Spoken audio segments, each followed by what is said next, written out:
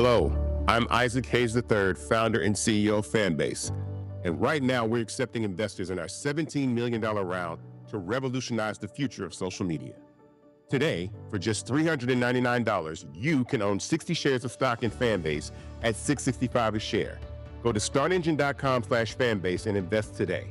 While the big platforms have grown too massive and disconnected from their users, Fanbase is building a platform where creators and users truly come first. We've already raised $4.8 million from everyday investors who believe in this vision, and now you can join them. This is your chance to invest in a social media tech company with over 1 million users that is disrupting media by allowing anyone to reach all of their following and monetize their content from day one. The market is changing, big platforms are failing to serve their users, and Fanbase is stepping up to fill the gap. Don't wait until it's too late. Invest now. Invest for yourself and your future. Go to startengine.com/fanbase and own the future of social media.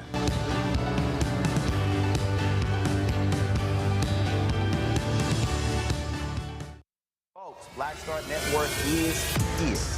Hold no punches. I'm real revolutionary right now. Support this man, Black Media. He makes sure that our stories are told. Thank you for being the voice of Black America, Roland. Stay black. I love y'all. All momentum we have now, we have to keep this going. The video looks phenomenal. See, there's a difference between Black Star Network and Black-owned media and something like CNN. You can't be Black-owned media and be scared. It's time to be smart. Bring your eyeballs home. You dig?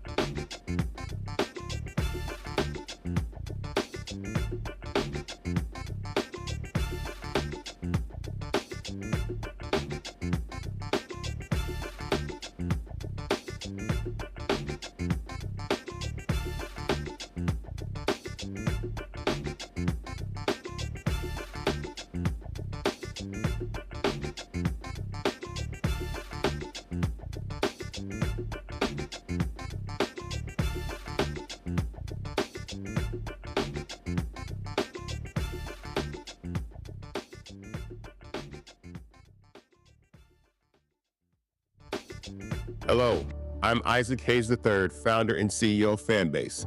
And right now, we're accepting investors in our $17 million round to revolutionize the future of social media. Today, for just $399, you can own 60 shares of stock in Fanbase at $665 a share. Go to startengine.com/fanbase and invest today. While the big platforms have grown too massive and disconnected from their users, Fanbase is building a platform where creators and users truly come first. We've already raised $4.8 million from everyday investors who believe in this vision, and now you can join them. This is your chance to invest in a social media tech company with over 1 million users that is disrupting media by allowing anyone to reach all of their following and monetize their content from day one. The market is changing, big platforms are failing to serve their users, and Fanbase is stepping up to fill the gap. Don't wait until it's too late. Invest now. Invest for yourself and your future. Go to startengine.com/fanbase and own the future of social media.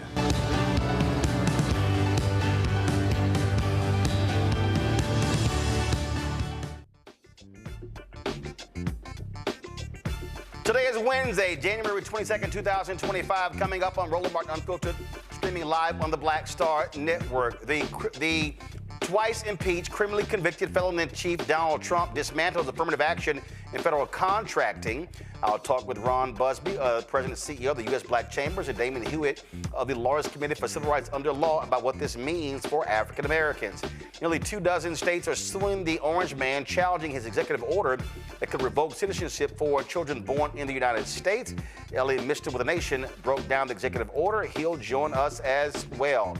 The sweeping pardons for the January 6 domestic terrorists not sitting well with the police unions who supported convicted felon Donald Trump.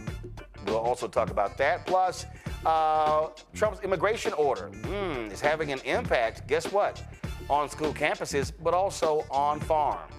NFL Hall of Famer Warren Sapp files a $20 million lawsuit for wrongful arrest against a Florida sheriff's office. Wait till we show y'all the video. That and more. It's time to bring the funk. I'm Roland Martin Unfiltered on the Black Star Network. Let's go.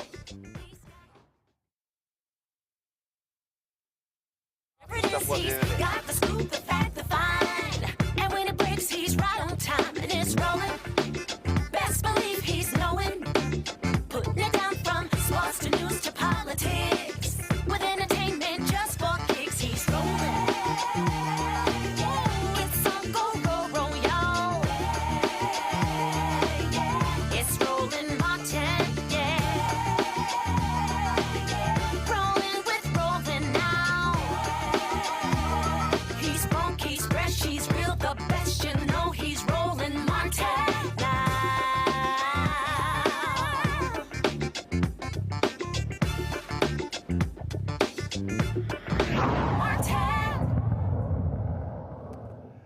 With the stroke of a pen, the twice impeached, criminally convicted felon-in-chief Donald Trump has dismantled affirmative action in federal contracting. On Tuesday, the Office of Personnel Management issued a memo instructing agencies to place diversity, equity, and inclusion office staff on paid leave, and all public DEI-focused web pages must be taken down by 5 p.m. Eastern today.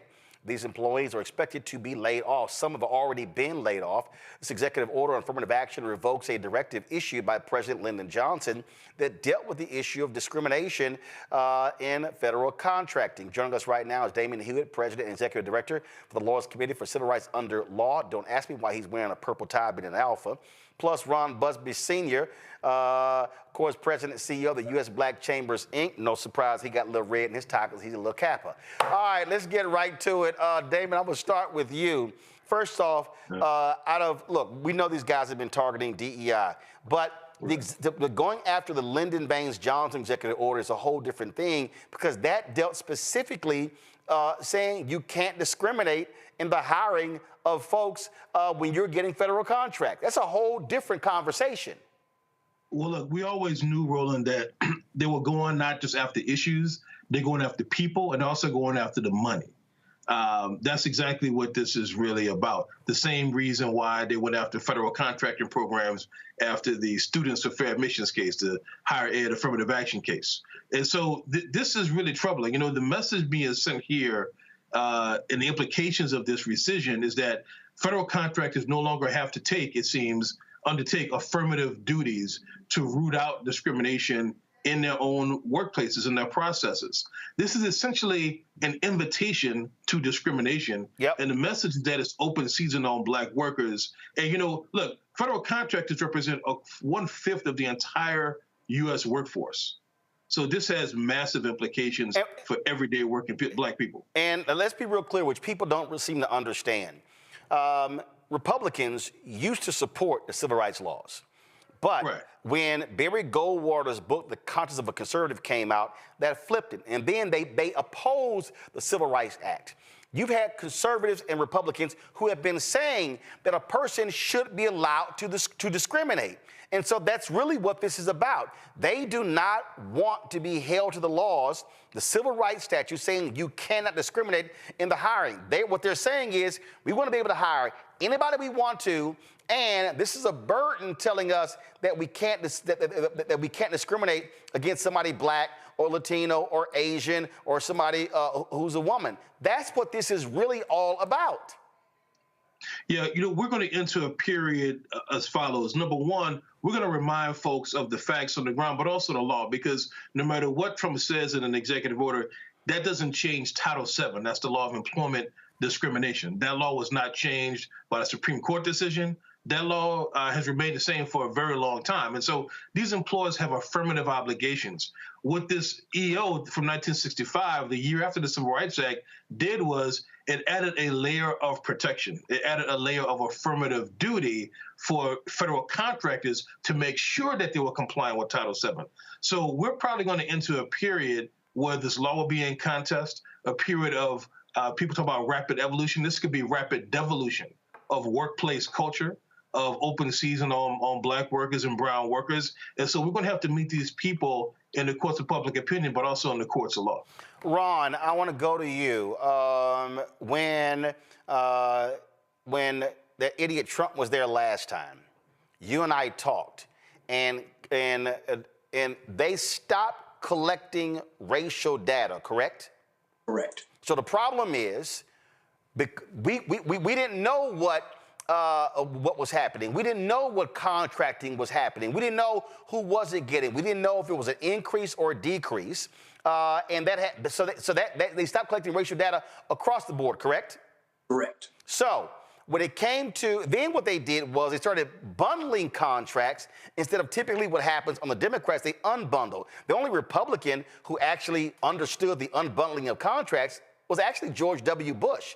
And so typically Republicans, they bundle them back. And so really what we're seeing here with the attacks on, when we see these executive orders, couple that with last year, those federal judges ruling MBDA and also the AA program, what this means, and this is what I kept warning people during the campaign, even now, what they're doing is this is going to have a direct impact on Black businesses getting contracts, correct?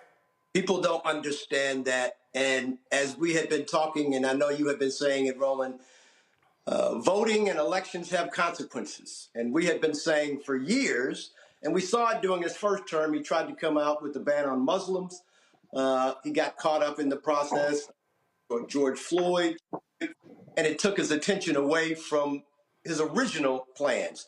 This time he came out the gate making it very clear that he was concerned about his supporters, about his billionaire friends and trillionaire friends, and making sure that the programs and the conversations that he talked about during his first term were going to be implemented immediately upon his inauguration, and we have seen that happen already.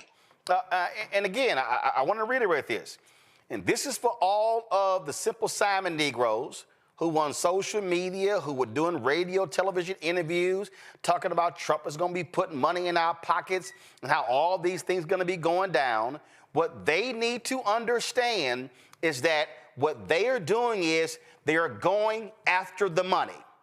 And then when they target Walmart, when they target McDonald's, when they target corporate America, they're not just saying, oh, let's get rid of these DI offices. They're going after supply diversity, or what John Rogers with Arrow Capital calls business diversity.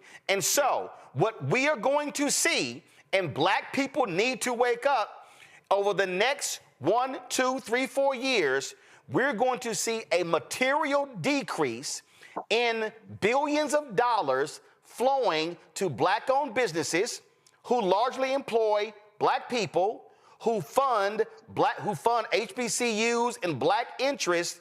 And so that is going to be the direct impact of what Trump and the Republicans are currently doing. Let me make it more clear. During Obama's first term in office, the goal for minority spend was roughly 5%. He surpassed that and hit 7%. His second term in office, the goal was then 7%. He surpassed that goal and hit 9%. If you heard when President Biden got in office, the goal was to go from 11% to 15%. That scared the nation. What we found out was, as you've been discussing, the disaggregation of the numbers, because they will tell you it's 11%, 9%, 5%. But as you have just mentioned, we never knew what that meant to the Black community. And so during this last administration under President Biden, we said we were interested in 3 things. Intentionality. Let us know what you were doing for the Black community. We wanted transparency. We wanted to know what that percentage meant for Black businesses, and then we wanted accountability. We wanted to know, okay, well, if they're not hitting the numbers, how can we motivate them, and what can we do to improve the conditions for Black-owned businesses? And so the reason why MBDA, Minority Business Development Agency, was the first place to go under attack is because while we were there, the goal was to get the increase for Black businesses from 1.5% of the entire country's spend to 3%. I had Black people fighting back on us saying, well, why 3%? Why not 13% or 10%? Understand this. Of the $960 billion that the country spends every year, $640 billion is set aside for products and services that all of us can apply, compete for. Of that, so hold on. The $960 billion, that's what the federal government spends. That's what the federal government. Go ahead. $640 billion is really available because the other portion is for the military. So of that $640 billion, 11% of that goes towards minority firms. But I want your audience to understand who is included in that minority. The second thing I want them to understand is it did not come out easily in reference to the disaggregation of the numbers. It was leaked out. And so once it was leaked out, then the federal government had to address it. And what we found is that of the 11%, the Asian community received 1.8% of the minority spend. They had the fewest number of businesses registered to do business with the federal government, but that's fine. They had large contracts. The Hispanic communities received 1.71% of the minority spend. Black business community had the largest number of businesses that were registered and certified to do business with the federal government. We received 1.5%, the least of all of the ethnic communities. And so you ask yourself, well, where is the spend going? White women, not women, white women received 78% of all of the minority spend. So people are saying, well, Ron, what are you guys doing to fight back on these attacks on DE&I? And I ask myself, well, where are white women? Because they have the biggest law that's available to them, whereas we have the biggest opportunity to gain in this conversation. And so the U.S. Black Chamber, along with other business organizations, are going to continue to fight to make sure that we have our share of the wealth of this country. Now, again, before I go back to Damon, you gave the 1.5%, but also I want to speak in terms of actually real numbers. That number represents about $10 billion. And that $10 billion is the most we've ever gotten. The most we've ever received. And to be honest, it was 1.5. Then in 2021, it went to 1.55. Then 2022, it has now gone to 1.61. So we, under Biden administration, have improved our conditions. We've improved the spend. We've improved our share.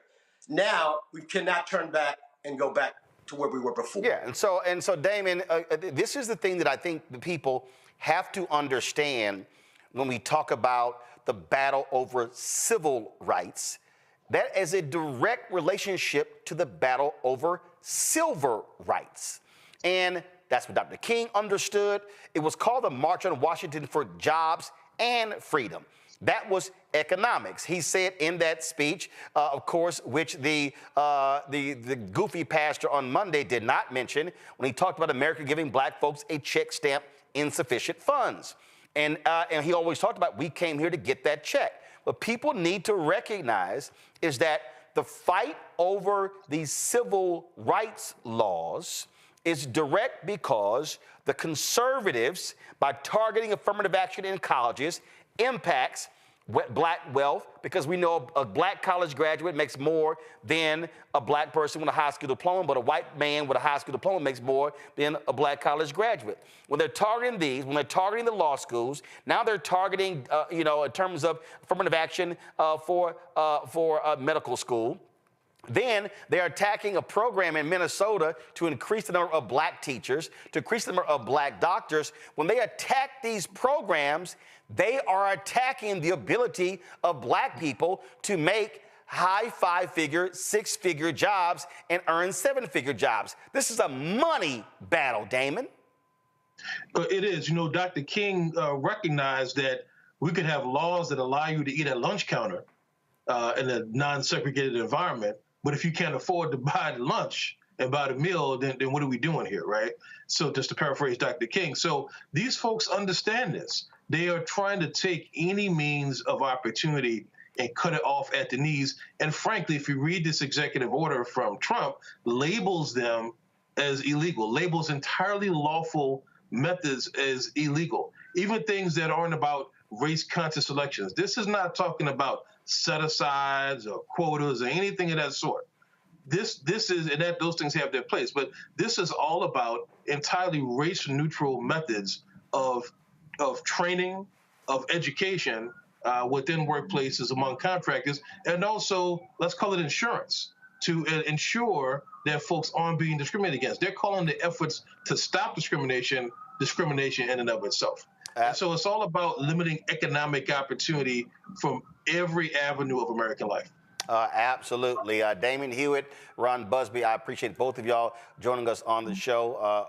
We're going to have this conversation, trust me, a hell of a lot more over the next 4 years. Thank you for having us.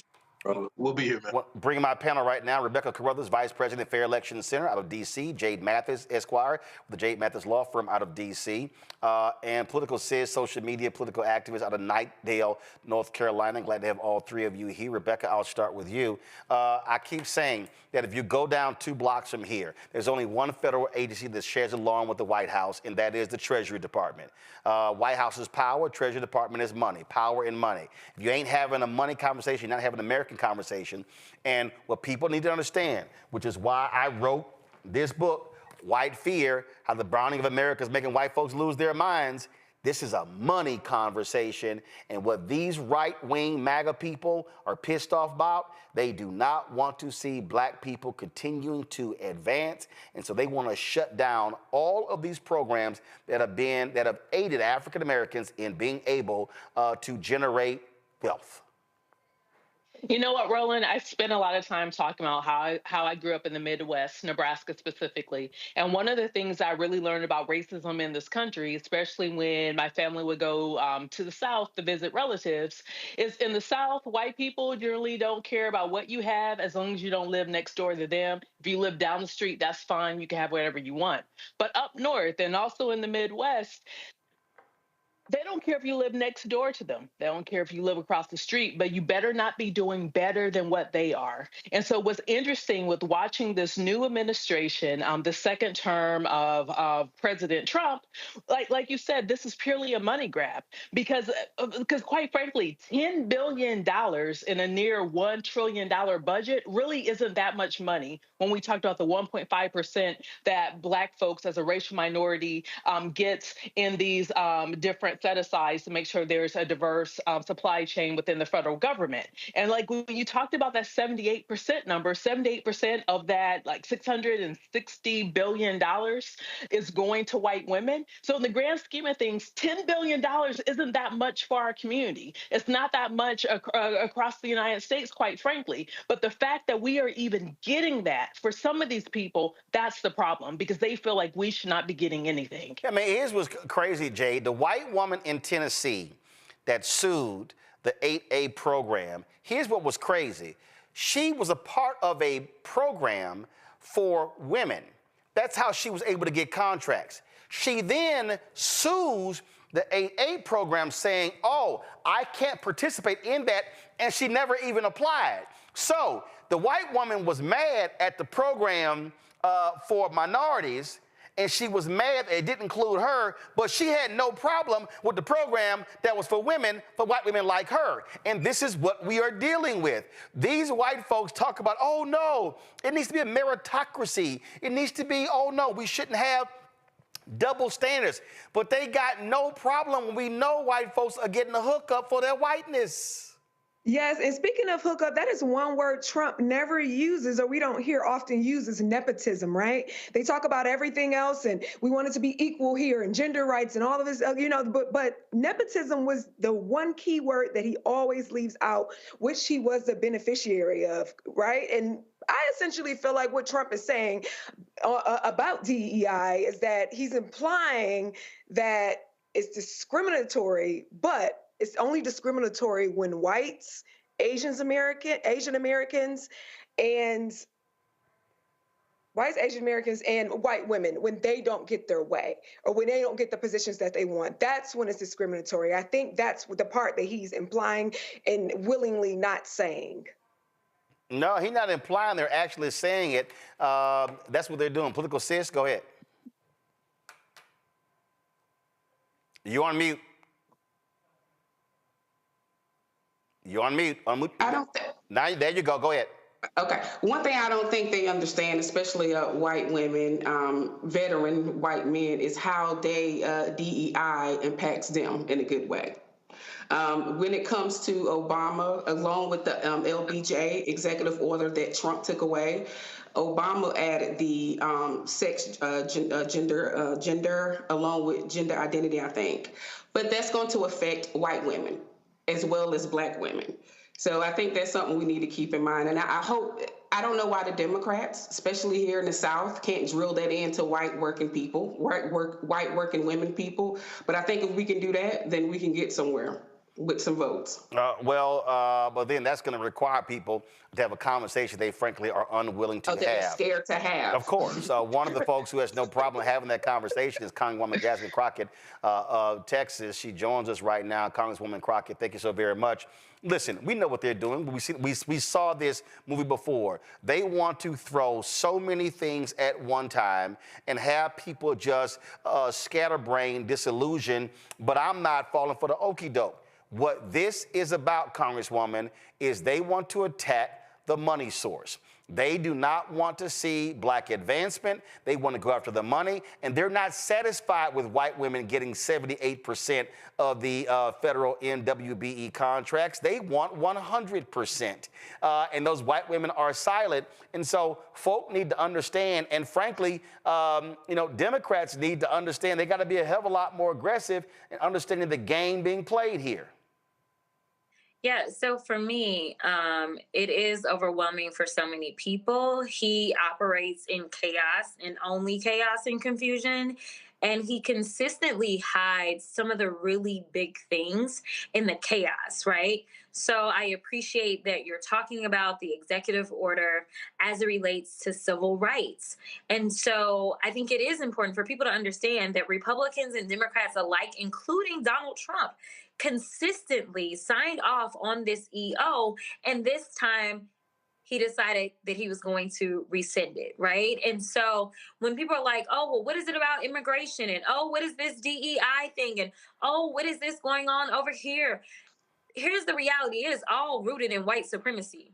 And that's what people need to understand. The white supremacy agenda is alive and well, and every single one of these attacks, they are rooted in white supremacy. So unless you are a white man, I don't really know what place you have in this agenda that we see coming out.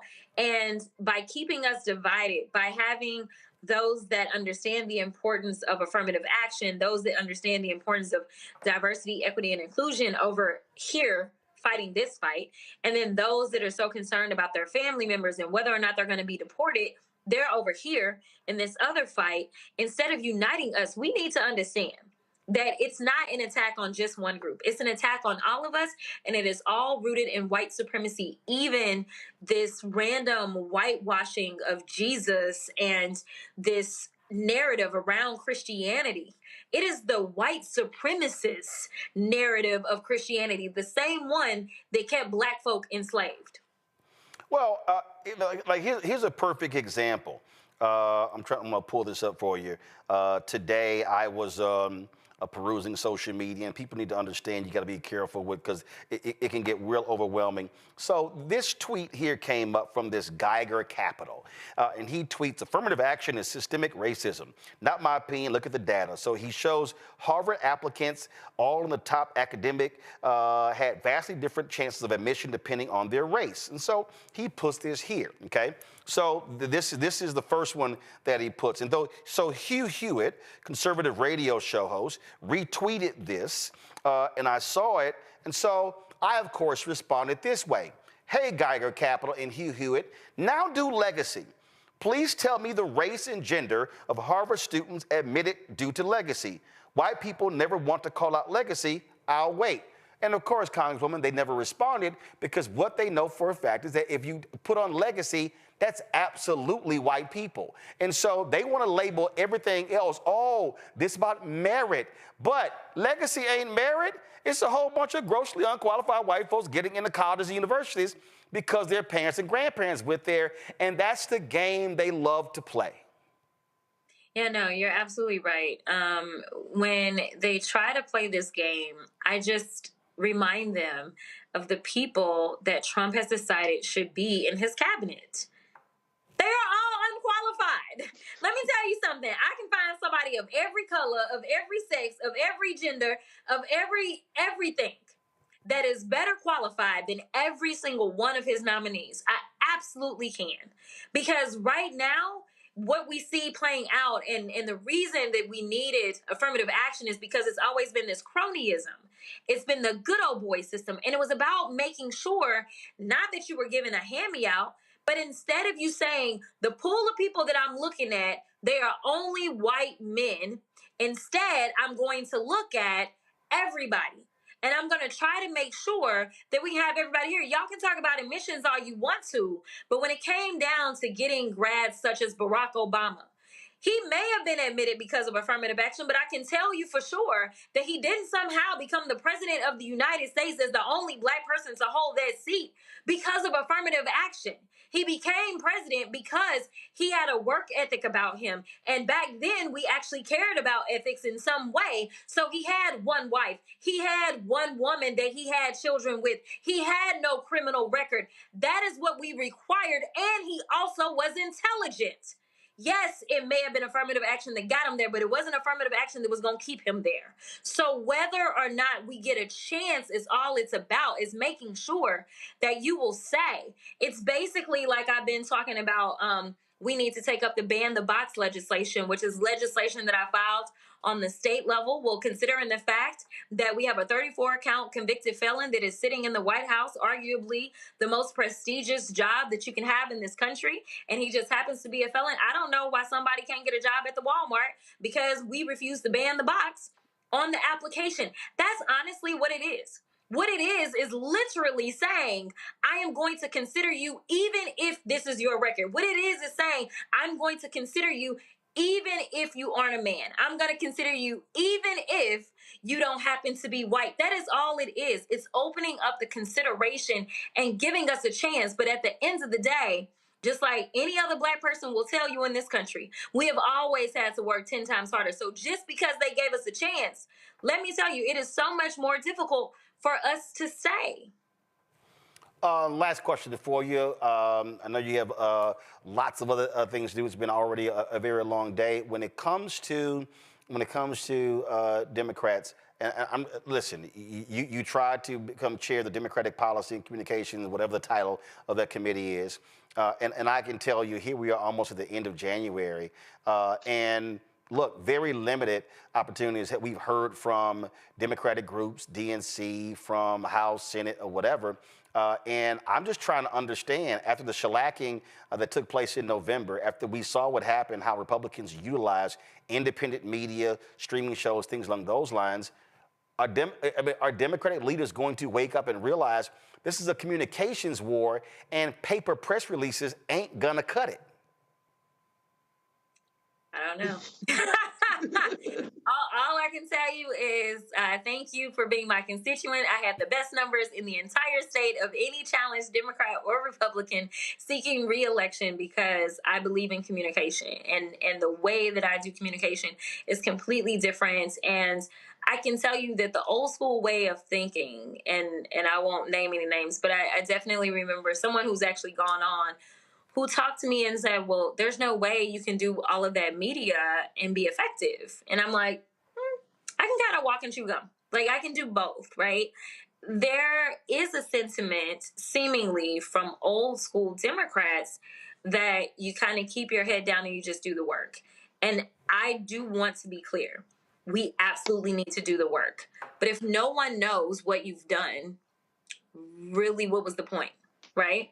And so that's where I see it differently. And I try to explain to people, it's kind of like a teacher. When teachers walk into a classroom, they should understand that people will be better learners in different ways. Some people are auditory, some people are visual, some people are going to be hands-on. And so what does that mean? It still translates even when these children become adults, that some people just take their information in different ways. And so we need to know that they take them in different spaces and in different forms. And we need to make sure that we're prioritizing all of them. And right now is when we should be communicating a lot. You shouldn't wait till election time. I mean, you know, we all know, we've all seen what I call the Chitlin circuit, right? When it's election time and everybody comes to the black church. Like, why can't you come when it's not election time, right? Like, come tell us what you've been doing so that we know, and literally you stay ready so you don't have to get ready. And right now, I feel as if I really am about to experience what Shirley Chisholm went through and what Barbara Jordan went through and what so many others who were first went through as they were trying to break through the noise, but they were doing it in a time in which people at least had some kind of ethics about them. Ethics is out the window. Right versus wrong is gone. Yep. Like, it's all out the window. And so, you know, if we don't tell our stories, then somebody else is going to co-opt those stories and is going to tell them for us. And we will be back here in 4 years or in 2 years or whenever talking about we don't understand why we lost again. Yep. I keep saying that Democrats are playing a political game that no longer exists. And so they want to play by a set of rules. And Republicans are like, what rules? We're just going to create whatever we want to do, and y'all can suck it up. Congresswoman Crockett, keep swinging. We appreciate it. Thank you. Thanks a bunch. I'm going to go back to my panel here. And Jade, look, she nails it, and she's right in terms of how people communicate, how things are totally different. I'm going to bring up in a second another guest who's very much involved in with having a YouTube channel, talking about these different things. And it's crazy. I'm going to tell you, this happened last year. So this is beyond laughable. The Senate Democrats had their Black Media Day, okay? I forgot what month it was. And so we hit them up. We said, listen, they said it's going to be on the record. I was like, yo, can this be recorded? They said, yes. All right, great, cool. So I go to the meeting. I come in there with my gear bag, pop it up. I start taking out my tripod, setting the camera up. I got my live view unit ready to live stream. One of the staffers comes over, and she goes, Mr. Martin, excuse me, are you streaming? Are you video recording? I said, yeah. She says, oh, no, that's not allowed. I said, I'm sorry, we asked y'all this. Y'all said it's recording. No, it's on the record, but audio only. I said, are you serious? So I then text, because there are about 20 senators. I mean, so Amy Klobuchar was chairing the meeting, Schumer was there, it was Cory Booker, Warnock, you had then Senator Sherrod Brown, then Senator Casey. It was just about 20 plus senators. Tim Kaine was there. So I sent a text to Booker and Warnock. I said, this is absolutely stupid. I said, this actually makes no sense. I said, y'all are playing by these old rules. I said, I don't understand what y'all are doing. And then he sort of leans over. And he says something to Schumer. He shows Schumer, and I'm watching this. And so when it came to the questions, I said the first thing, I said, you guys are analog.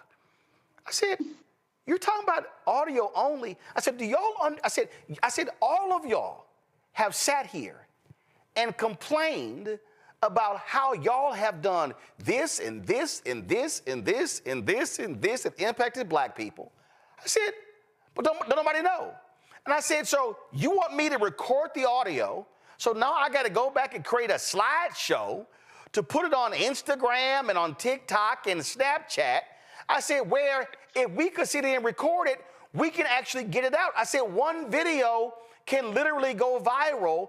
And I mentioned the video when I went off on the Republican over the issue of abortion that Cory Booker had just retweeted, that reposted on Instagram, that went viral again. And I said, what are y'all doing? Now, instead of Schumer sitting there going, y'all know what?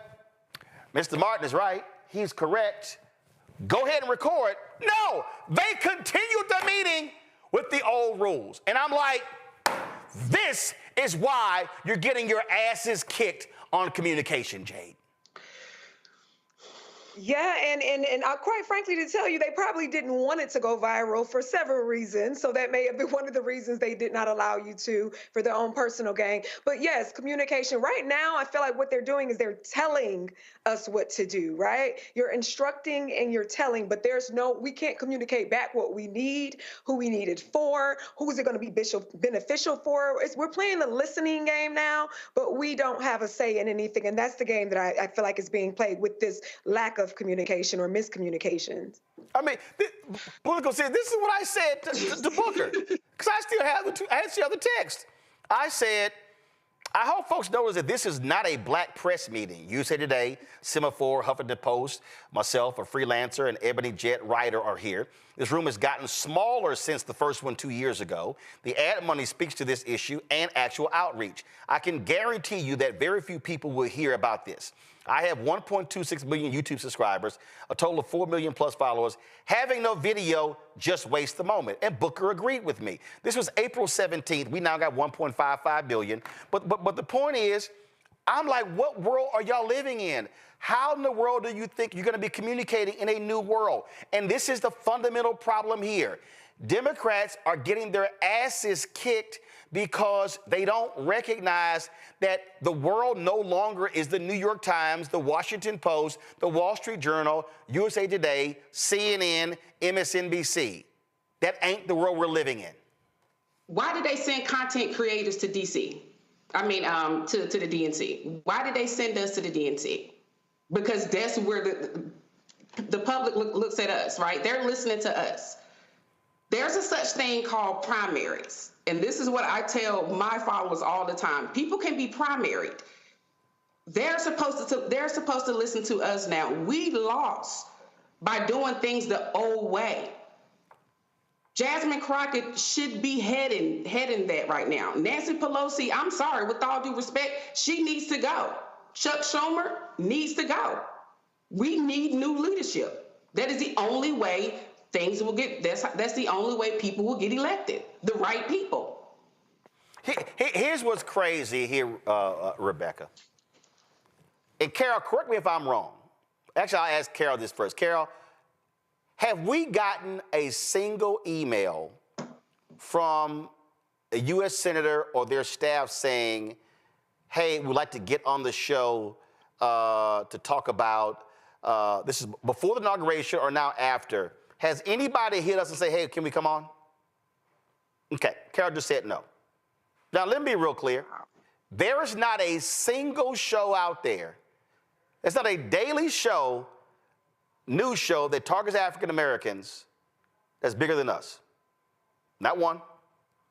It's us. Black owned, independent, it's just us. And so I'm trying to figure out what the hell is their strategy? They still have not learned from November 5th, Rebecca. Roland, at the top of the show, you talked about following the money. And one thing that I would say about Black politics versus Democratic Party politics versus Republican Party politics is that the latter two benefits financially from white supremacy. And within Black politics, we have to figure out, how do we decolonize ourselves? How do we make sure that we're not doing things to perpetuate white supremacy and cozying up for access by using white supremacy tools? And the bottom line is, you know, oftentimes I talk about, if I'm going into battle, if I'm going to choose fighters, I'm not choosing the Democratic Party as my fighter. I'm not choosing the Republican Party as my fighter. If this is about the existence of Black people in America, of Black Americans, even as an ethnic group in this country, not just surviving but thriving, you know what? It's very apparent that all we got is ourselves and the ancestors. Again, is hilarious. I am a part of a consortium of voices that's called Chorus. And what we've done is we've gotten together, we worked together, we've been raising additional funds, trying to help non-traditional voices be able to survive in this world. My next guest is one of those folks, Elizabeth Booker Houston. She joins us right now. Elizabeth has her YouTube channel, and she's out there speaking to these issues every single day. And Elizabeth, part of the reason why we created Chorus and joined together is because one of the things that the right does is they actually have their folks on each other's shows, share their content, and so all of a sudden it becomes a circular thing, and they build their audiences because they are basically in partnership. And for some nonsensical reason, progressives have not figured that out. And see, and let me be real clear. For me, I've never called myself progressive. I've never called myself a Democrat. I've never registered with a party. I don't call myself Republican. I don't call myself independent. I'm black. So I'm real clear where I stand. I'm black. This is this is a show that targets African Americans. Now, other folk watch and listen, and I'm cool with that, but I know who we deal with. So I don't use any of those labels. But this is where progressives lose. They don't understand that in 2025, we're not living in 1985 or 1975, and they keep playing by old rules. Elizabeth, go ahead. Yep, that's basically it. They don't know how to fund this. And, I've said many times when I get in the rooms with these organizations, they say, well, what can we do? And I said, well, you have to provide consistent funding because we don't have a lot of the real estate on social media. We know that it's dominated by conservatives, and they know this.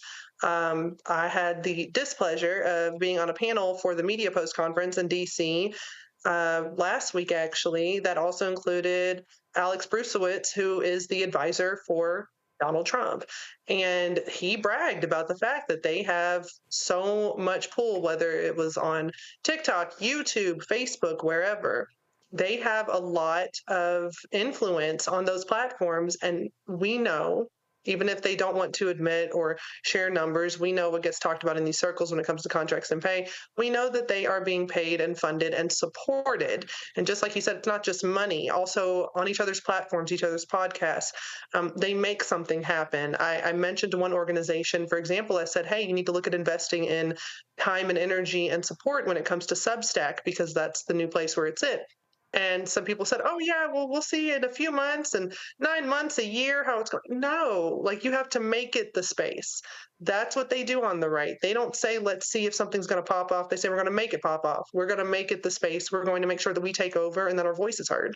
Well, and also we're talking about issues. We're talking about how do you inform people? How do you make them aware? I was in a group chat a little bit earlier, and I was talking about how the Trump folks, how they stopped using racial data so you couldn't track information. And somebody goes, are you serious? I didn't know that.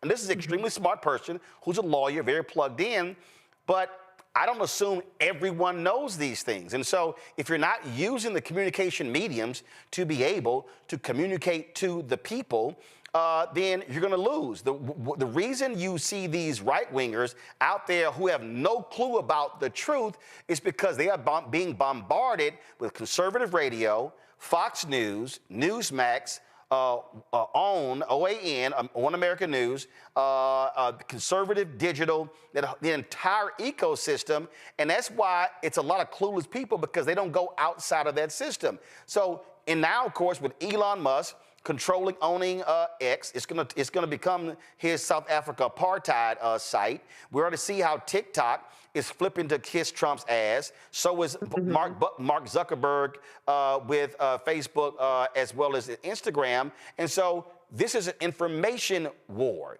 And folks need to understand, when you're in an information war, you kind of got to fight the war with the existing tools. That is exactly right. And we have to get the information out there, like you said, and we need to use all of our resources where we can. And speaking of Elon Musk and everything going on with mass deportation, that kind of information needs to get out to everyone quickly. I had the German government, the German Council on Foreign Relations, reached out to me over a year ago and said, we want to bring some U.S. influencers together with German influencers and have an information exchange, give you some support, some information. They had us meet in Washington, D.C., and then in Berlin, Germany. And that kind of information exchange and support, which had to come from a foreign government, not my own, by the way, they taught us so much. And one of the things that they highlighted was Alternative for Deutschland, which is AfD, translated into Alternative for Germany. They are the far-right extremist group that has tried to push for mass deportation, Muslim bans, and the long goal is what they refer to as unassimilated Germans. So whether you're a migrant or not, at the end of the day, if you're not German enough, meaning fit into their white supremacist narrative, they were planning to deport you. And they were uncovered by some journalists who, again, I got to meet with in Berlin and talk directly to. And I got that information in April of 2024. And so I'm thinking now, I'm seeing Elon Musk in the news praising the AfD, praising that very far-right group and throwing up the Sieg Heil. And I'm thinking, oh, thank goodness I had that information exchange along with other influencers and these connections in Germany, because now I can get this information out there and quicker to people who probably are not aware of the AfD. I would be willing to bet that the majority of Americans don't even know what the AfD, what they do, who they are, or the harm that they cause. And we need to pay attention because that is the blueprint that they are using to bring here to the United States. Political sis, one of the things that, first of all, let's be real clear. One of the reasons you're on this show, because I came across your videos where you were being very specific in trying to educate your followers about the things that are going on. And I said, okay, let's get her on the show because you need to be amplified beyond just those who follow you. And this is the reality is this is how things are built. Go to my iPad, Anthony. Folks, Elizabeth's YouTube channel, she's got 3.43. She's got 3,400 subscribers. She should easily be at 5,000 by the time we end this interview.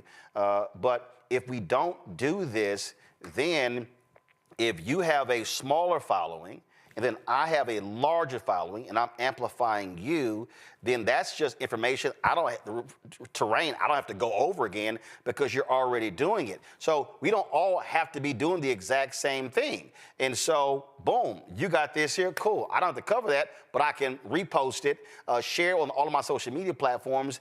This is how we're able to impact people. This is exactly right. Elizabeth, actually, I follow her on Instagram, so I learned a lot from her as well. If we do not have the support, unfortunately, a lot of Black creators, just like Black politicians, we don't have the support. So we are not heard as or amplified like the right. And until the Democrat Party learn to do the things that the Republican parties are doing to help commentators to lie, then we're gonna remain this way. One of the reasons why what I do is the reason I want people to subscribe to Elizabeth's YouTube channel, and this is not getting anybody's business, but I need people to understand the economics as well. Elizabeth, are you monetizing your YouTube channel? Yes, I am now eligible to monetize on there, and I'm just now starting to post long-form content on that platform. The first was actually from Chorus, where we did the interview last week with the DNC chair candidates. It was the most watched DNC chair forum that has ever happened. And the reason, hey, do this here. Carol, do me a favor. I need you to get Damon Hewitt back on for some breaking news, because the Justice Department, they are freezing all cases in the Civil Rights Division. Washington Post is reporting that, I was going to go to a full screen of all our panelists. I saw your look there, Rebecca. Again, literally the Washington Post, Damon Hewitt just texted me there, so let's get Damon back on. And again, we told people— This is voting rights. Rebecca, we told people, well, it's voting rights, but it's also all of the cases against police departments, police officers, it's against jails and prisons. Yes. And I have two cases involved with them, so absolutely, you're right. So Jay, that means that your cases are frozen right now. And as if a year and a half for them even investigating these cases wasn't long enough, now there's probably going to be some more years added, conveniently added on. But this probably has something to do with Trump said that he was going to do with law enforcement now after he became president. And again, Rebecca, for all of those black people who were out there posting videos and on their YouTube channels calling us shields for the Democrats, but they said they cared about Black Lives Matter, all of those people who were yelling about tangibles or we're not going to vote, the people who said we want to see reparations, even though they could not articulate a pathway to actually getting it done with Republicans controlling the House. Guess what? All of y'all people, hello, hashtag we tried to tell you. Here's the thing, even in the comments, I'm looking at people talking about, we're Democratic shields. Hey, it's S-H-I-L. It's not S-H-I-E-L-D. That means something completely different. So if you're going to call us something, make sure you're accurate with what you're trying to call us. Here's the bottom line. Many of us, many black folks in this country have been here for hundreds of years. So when we tell you, hey, this is what this regime is talking about, when they use certain coded language, we're saying it because our ancestors have been here. So I understand, there's talk about the FBA and ADOS. Cool. Guess what? I'm a foundational Black American then by that definition because how long my family has been in this country. It still doesn't mean that I want to live in a country where rights are rolled back. Because one thing that I firmly understand is if someone's rights are rolled back, mine are next. It's like when you are Black in this country, if gay people are attacked, Black people are going to be attacked. If religious minorities are attacked, Black people are going to be attacked. If immigrants are attacked in this country, Black people are going to be attacked. Because one thing you even have to understand about American jurisprudence, the reason why these other groups have rights is because of Black Americans. So if they're starting to chip away at specific rights, they're chipping away at the American jurisprudence that was off of the backs of Black people in this country. And you have to understand what's happening here. It's not just these ancillary groups or these other groups, these other minority groups are getting all of the stuff, but they're going after the foundation of this country. And if you are Black American, if your family has been in this country for hundreds of years, the foundational part of America that's under attack are a lot of those things that Black folks in this country have contributed to. People have to understand that context. Elizabeth, folks in our chat are asking, what kind of content do you do on your channel? It's legal and political analysis. I am a lawyer as well as a social scientist. I work in federal privacy law, so I'm sure I'm going to be very busy for the next 4 years. Yes, you are. To our folks, listen, you're up to 3,600 subscribers, folks. I want that to be up to 5,000. It's almost 7,000 of y'all watching us live right now. So 1,400 of you subscribe to Elizabeth's channel. She's going to hit 5,000. So I want y'all to get that done. Elizabeth, I appreciate it. We're going to have you back on the show. Thanks a lot. Thank you so much. Thank you. Folks, let's go to the breaking news. Damon Hewitt is back, who leads the Lawyers Committee for Civil Rights under law. Damon, you just sent me this text literally 6 minutes ago with this Washington Post story. So the yahoos in the Trump Department of Justice, they're freezing all civil rights cases? That's exactly what it looks like, according to the Washington Post. They're freezing all civil rights cases. No new cases, no new consent decrees, no new statements of interest where the government steps into other people's private litigation to articulate the interests on civil rights for the United States. This is a stunning flex of all the things that we've seen, but this is them telling us exactly who they are. They don't want to just change philosophy. They want to grind justice to a halt in this country when it comes to civil rights. Yeah, I mean, listen, Donald Trump consistently said that he wanted to give police officers 100% immunity in cases. Right. And I kept warning people on this show. I've warned them for more than a year. You're not going to see a civil rights division led by Christian Clark repeated under that crazy fool Trump. They're not going to go after cops. They're not going to go after the police department. That was one patterns and practices investigation under the Trump administration the first time, some small department out of Louisiana. You ain't gonna even see that one. They do not give a damn about civil rights. You're gonna see more religious rights cases. And so this is a huge, huge issue that folk better realize it's now a problem for at least the next 4 years. At least the next 4 years. And look, we knew that we would have to step up. If the Attorney General and their minions won't do the job, then we as private attorneys general have to step in. That's why we were founded in the 1960s and so many other organizations as well. But, you know, justice delayed can be justice denied. And I think that's part of the worry. But I will say this, to the extent they try to stop or pause ongoing litigation, they can't do that on their own. Federal judges have to be willing dance partners. Now, I'm certain some of them will be, but others won't. Others will draw that line in the sand. Others will say, this is not a place for ideology. This is a place for law. This is a place for justice, the federal courts. And so we're going to have to call upon the better angels of federal judges, regardless of who nominated them, to actually do the right thing here and push them to make sure that that happens. We'll certainly be doing that, I believe, in our cases, if this reporting is true. All right, then. Damon Hewitt, we surely appreciate it. Thanks a lot, Fred. Of course, man. We're going to bring in right now Elie Mystal, of course, justice correspondent with The Nation.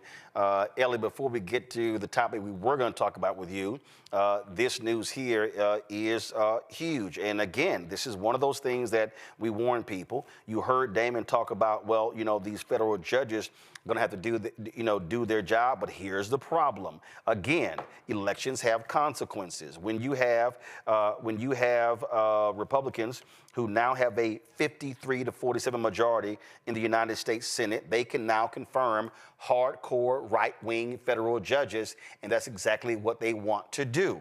And so when you look at, this is the headline, folks, so go to my iPad, from the Washington Post, Justice Department freezes all cases in Civil Rights Division. The memo doesn't state how long the freeze will last, but it essentially shuts down the Civil Rights Division for at least the first weeks of the Trump administration. That is serious, Elie. This is directly from Project 2025. I wrote about specifically the DOJ section in Project 25 and how they promised to do exactly this, completely remake the Civil Rights Division, shut it down, prevent it from prosecuting cases on behalf of affected minorities, and instead turn the Civil Rights Division into an organization that sues on behalf of white folks who feel like their racial justice has been threatened by sharing the country with black and brown people. I wrote that in July, I think, of last year before the election, and I couldn't get on television and talk about it. And I couldn't get on mainstream programs to talk. I mean, I talked about it here with you, Roland. Couldn't get on many mainstream programs to talk about it. And when I did, the white folks told me that I was gaslighting them, that Trump had disavowed Project 2025, and it wasn't going to happen. So there is a big part of me that's like, what did y'all think was going to happen? He literally wrote it down. They literally wrote it down. People told you that what they were going to do, and now they're doing it, and people are acting like, oh my God, I can't believe this is happening. What'd you think? Yeah. What, you think I was exaggerating? All right. They wrote it down. I read it. I reported it. And now they're doing it. Man, we pounded on the table every single day, over and over and over again. Go back to my iPad, Anthony. This is the Washington Post story. The letter instructs Kathleen Wolf, designated by the Trump administration as supervisor of the Civil Rights Division, to ensure that civil rights attorneys do not file, quote, any new complaints, motions to intervene, agreed upon remands, amicus briefs, or statements of interest. The memo doesn't state how long the freeze will last, but essentially shuts down the Civil Rights Division for at least the first weeks of the Trump administration. Trump's nominee to lead the department, Harmet Dillon, Republican lawyer and activist, is awaiting Senate confirmation. The memo states that officials are implementing the freeze to be, quote, consistent with the department's goal of ensuring that the federal government speaks with one voice in its view of the law, and to ensure that the president's appointees or designees have the opportunity to decide whether to initiate any new cases. This is what that means, Elie. All of you career lawyers, we're going to get rid of every single one of you. We're going to control every case. We're going to decide everything. And in fact, it's not even going to be we. It's not going to be Dillon. It's not going to be Pam Bondi. Donald Trump will be running the Department of Justice. He'll be running the Civil Rights Division. There's not going to be any wall there. And if Kash Patel is confirmed, or whoever's confirmed lead the FBI, Donald Trump will be determining who gets investigated. And you're right. It was all in Project 2025. And when Trump lied, said he didn't know about it, these dumbasses out here said, see, he said he didn't know anything about it. Yet he is implementing the plan because he's hiring all the people who wrote the plan. He's taking us back to pre-1865 America. He's taking us back to the antebellum point in America. And you say, it's not going to be Pam Bondi. Make no mistake, if the Senate confirms Pam Bondi as Attorney General, she will be in charge of implementing these rules, and she doesn't have to. All right, the Department of Justice has independent authority to bring cases on behalf of the people of the United States, not the orange dictator bigot of the United States, but the people of the United States. Pam Bondi could ignore this order. She's not gonna, because she's a weak, sycophantic person, and a weak person, but she could. I mean, I think we all, having all just lived through the Merrick Garland era, I think we all should know that the Attorney General has immense independent power from the White House, but Pam Bondi's gonna do what? She's gonna dance to the person who brought him. She's gonna carry out the racist, white supremacist intentions of the Trump administration and refuse to bring valid lawsuits on behalf of the American people. So I don't want to. It's not her call. It's not her decision, but I don't want to let her off the hook because she could show character, strength, resolve, any quality. She could show any quality of a decent human being. She's not gonna, but she could. So I don't want to let her completely off the hook. In terms of further court actions, you got to remember we're dealing with a Supreme Court that's already been captured by the MAGA forces and the white supremacist forces. I honestly think that there are at least 4, if not 5 or 6 votes on the Supreme Court who don't think the Civil Rights Act should exist at all. Right. Who straight up don't think that the Voting Rights Act or the Civil Rights Act should exist at all, and challenges basically canceling out the Civil Rights Act, the 1964 Civil Rights Act, one of the most important pieces of legislation in American history, the thing, more so than Brown v. Board of Ed, that ended Jim Crow, the white apartheid domination of this country. That act itself is, if not under direct threat through legal challenges, is certainly something that the Supreme Court is going to simply ignore over the next at least 4 years and potentially longer than that. So, again, I don't know what to tell people. This is what America voted for. That's why we have a shirt called, y'all show the graphic, hashtag We Tried to Tell You, FAFO 2025. And that's also why y'all see me wearing that shirt. You see it right there. Y'all can go to rolandmartin.creator-spring.com or the Black Star Network. This is why I'm wearing my shirt. Don't blame me. I voted for the black woman. That's why I'm wearing the shirt. We tried to tell y'all, but a lot of folk, y'all didn't pay attention or y'all play other games. You fucked around. Now you're about to find out. Folks, 22 states have filed lawsuits against the Trump administration to challenge an executive order that could revoke U.S. citizenship for some children born in the United States. On Thursday, U.S. District Judge John Kofdor will hear arguments regarding a temporary restraining order to prevent the enforcement of this executive order. Joining us along with Elie is Yannick Gill, Senior Counsel at Human Rights First. Glad to have you, Yannick. And of course, Elie, you're still with us, and I still have my panel as well. Yannick, this is very simple. Conservatives want this to go to the Supreme Court. And here's what they know. They now have a 6-3 majority of the Supreme Court. Even though Amy Coney Barrett has ruled in a few cases, even though John Roberts, the reality is they know they have a lot. They want to go after it all. They want to go after the 14th Amendment, the 15th Amendment, and hell, probably the 13th. For everybody who's listening and understand, those were the Reconstruction Amendments passed by radical Republicans after the Civil War. We know what's going on here, Yannick. And as Elie said, they have long despised the Civil Rights Act, the Voting Rights Act, even the Fair Housing Act. This is an effort to completely undo the Reconstruction Amendments as well as the 1960s and those critical 3 civil rights laws. And you couldn't say it better. This is not about anti-immigrant sentiment.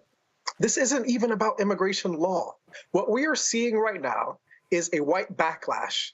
This is anti-immigrant, anti-black legislation being codified by the man that was voted in, by folks that didn't attribute racism, xenophobia, to themselves. I am gravely concerned about the apathy that I am seeing in Black communities surrounding an attack on immigration communities, immigrant laws. The executive order directly cites the same 14th Amendment you did, as in the Dred Scott Amendment, as in the only reason that we are not seen as property in this country. Donald Trump forecasted all of these issues, and we in the migration space have been monitoring this as early as 2015. This is not a surprise. This is actually an implementation of what he has been trying to do, which is all a nod to the Great Replacement Theory, all that's in Project 2025. What we have to do now is really focus on what is essentially going to be unconstitutional. But the concern lies with who is going to be impacted, which asylum seekers are going to be impacted, which naturalized born citizens are going to be impacted in the interim. It's a legal mess, but those of us at Human Rights First and those of us that are educated about what is happening have to speak out against this. This can't stand, and we have to look at the pain of others being reflected back on ourselves, because as this executive order is showing, it's only a matter of time before it ends up in our front door. And Elie, here's the whole deal. When these Republican governors like Ron DeSantis and Greg Abbott sent migrants to Chicago and New York and D.C. and other places, it was all up to gin up unrest in Black communities. Donald Trump talked about, oh, they're taking the black jobs. And guess what? Silly Black people fell for it. You got so-called activists running around in Chicago tearing down the mayors. Oh, the migrants are getting this, getting that. They don't even realize that what the Republicans are doing is they don't just want to close the border. They literally want to use this in order to engender Black support, and they want to go after the civil rights laws and the protections to then go after the economic gains. This is not like, oh, well, you know, we're with them on closing the border. No, they don't just want to close the border. They want to shut down even the Black folks who are here. So all you FBA, B1 folks and everyone, understand the game they're playing is way bigger than what y'all even think. Yeah, look, I obviously agree with Yannick. We have to care about immigration. We have to care about others. But if I'm being real, Roland, I also care about me. And I also care about my rights to citizenship in this country. Now, I am an American-born citizen. I'm from Queens, right? And you can trace my people from my mother's side all the way back to a plantation in Georgia that was free when Sherman marched through the South. So, like, I'm solid on that side of my family. My father is from Haiti, but I'm solid on that side of the family. But that doesn't mean that I'm protected when you start coming for birthright citizenship, because people, Black people especially, need to understand that our claim to be Americans is centered in the idea of birthright citizenship. That's not how they do it in the old world. That's not how they do it in Asia, in Europe, in Africa even. They go by what's called, what the scholars will call jus sanguinis, which is Latin for rule of the blood. In other countries in the old world, your citizenship is conferred to you by your parents. It is something that is passed down to you by your parents. That's not how we do it in the New World. That's not how we do it in America or Canada or Mexico or all of South America or most of the islands, right? And the reason for that is slavery. The reason for that is because none of us here in the Americas are actually from here except for the Native Americans, right? I was talking about my father's from Haiti. My father ain't Taino, the indigenous people of Hispaniola, because white people killed all the indigenous people from Hispaniola. White people killed most of the indigenous people from Queens, where I'm from. So everybody in the New World is a descendant either of colonists, a descendant of immigrants, or a descendant of slaves. Some of us are descendants from all three. And so when you go at birthright citizenship, when you say it doesn't matter where you are, it matters what your parents are from. It matters what your parents or grandparents or great-grandparents did. It don't take too long for the white folks to say, and you, son of freed slave Z.P. Pittman, you are not a real American citizen because you are only here because of the birthright citizenship granted to you by the first sentence of the 14th Amendment. And that we have already proven can be taken away. So much as I care about other communities, and believe me, I do care about other communities, I also care about me, and I also care about my community, and this is coming after us too. The thing right here that jumps out, Rebecca, is that, and Elie has talked about it, Yannick has talked about it, and I really need everybody who's watching and listening to get it. What the conservatives have been doing since Brown v. Board of Education, they have been seething. They have been angry. So you go from that decision to 55, the Montgomery bus boycott. You then go to Kennedy's election. You then go to those 3 Civil Rights Act. They have been angry, and they were angry at federal judges. So they said, we're going to lock and load. Then they said, no, we've got to create our own think tanks. They funded that. Then we got to create the Federalist Society to control the federal bench. They are playing a 1,000-year war. That's what they're doing. And so what liberals and progressives did, they went, oh, the courts have decided these things. They fell for stare decisis, whatever the hell they call it. And oh no, they're never going to overturn those things. And they're like, nope. Guess what? Precedent don't mean shit. We can overturn it. This is literally with that billionaire who gave Leonard Leo that $1.3 billion. And he says, we're going after academia. We're going after Hollywood. They want to completely reshape the entire country. So for the black people who keep falling for the okie doke for this small sliver of immigration, that ain't just it. They want to reshape it all, including black people. The 14th Amendment is about black folks, like just what Elie just talked about when it talks about citizenship in this country. The reason why citizenship is important in this country is because it's about who has the right to petition the government and to ask for things, to ask for protections, to ask for money. And so even to your point earlier, for all of those, my fellow black folks who are on the side of we want reparations, if you are not a citizen in this country, then you do not have standing to even petition the government to ask that. Even when the guest earlier, Elizabeth, when she was talking about what she learned in Berlin and talking about that far-right group, and they were saying, well, if you're not assimilating properly, then there's an issue. So when you bring back Brown v. Board of Education, and when we've talked to many civil rights icons who are fortunately, some of them are still alive now, they talked about they weren't fighting for integration, aka assimilation. They were fighting for desegregation. So black folks in this country had access to the full faith and power of the United States, meaning the ability to enter into contracts, the ability to get loans, to have access to capital, the ability to actually build a town, a city, and not to get burned down by a paramilitary group, which we just found out definitively by the U.S. government that that's what happened in Tulsa. So people have to get away from some of these petty games of, oh, I'm anti-immigrant or whatever, because this is attacking black folks here.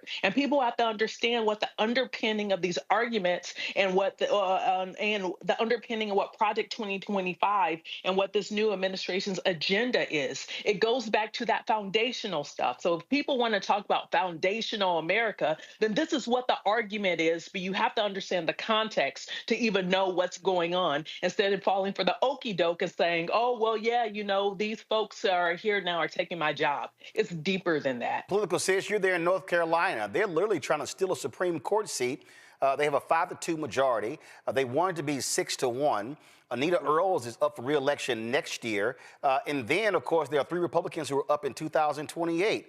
They do not want that court to return back to Democratic control. The Republicans have lost a supermajority in the legislature, but they want to control everything. Again, black folks who sat on their ass in North Carolina need to understand that they could change the results of the state. People do not get it. I need black people who are 18 to 35 to stop fucking around and realize if you actually want a country that gives you a shot, you better realize the game being played, and sitting your ass on the sideline ain't gonna cut it.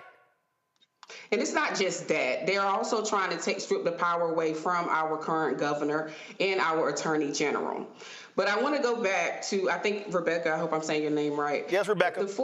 Rebecca, I'm sorry. Rebecca, if I'm not mistaken, the 14th Amendment came from the 13th Amendment, right? Because we banned, slavery was banned.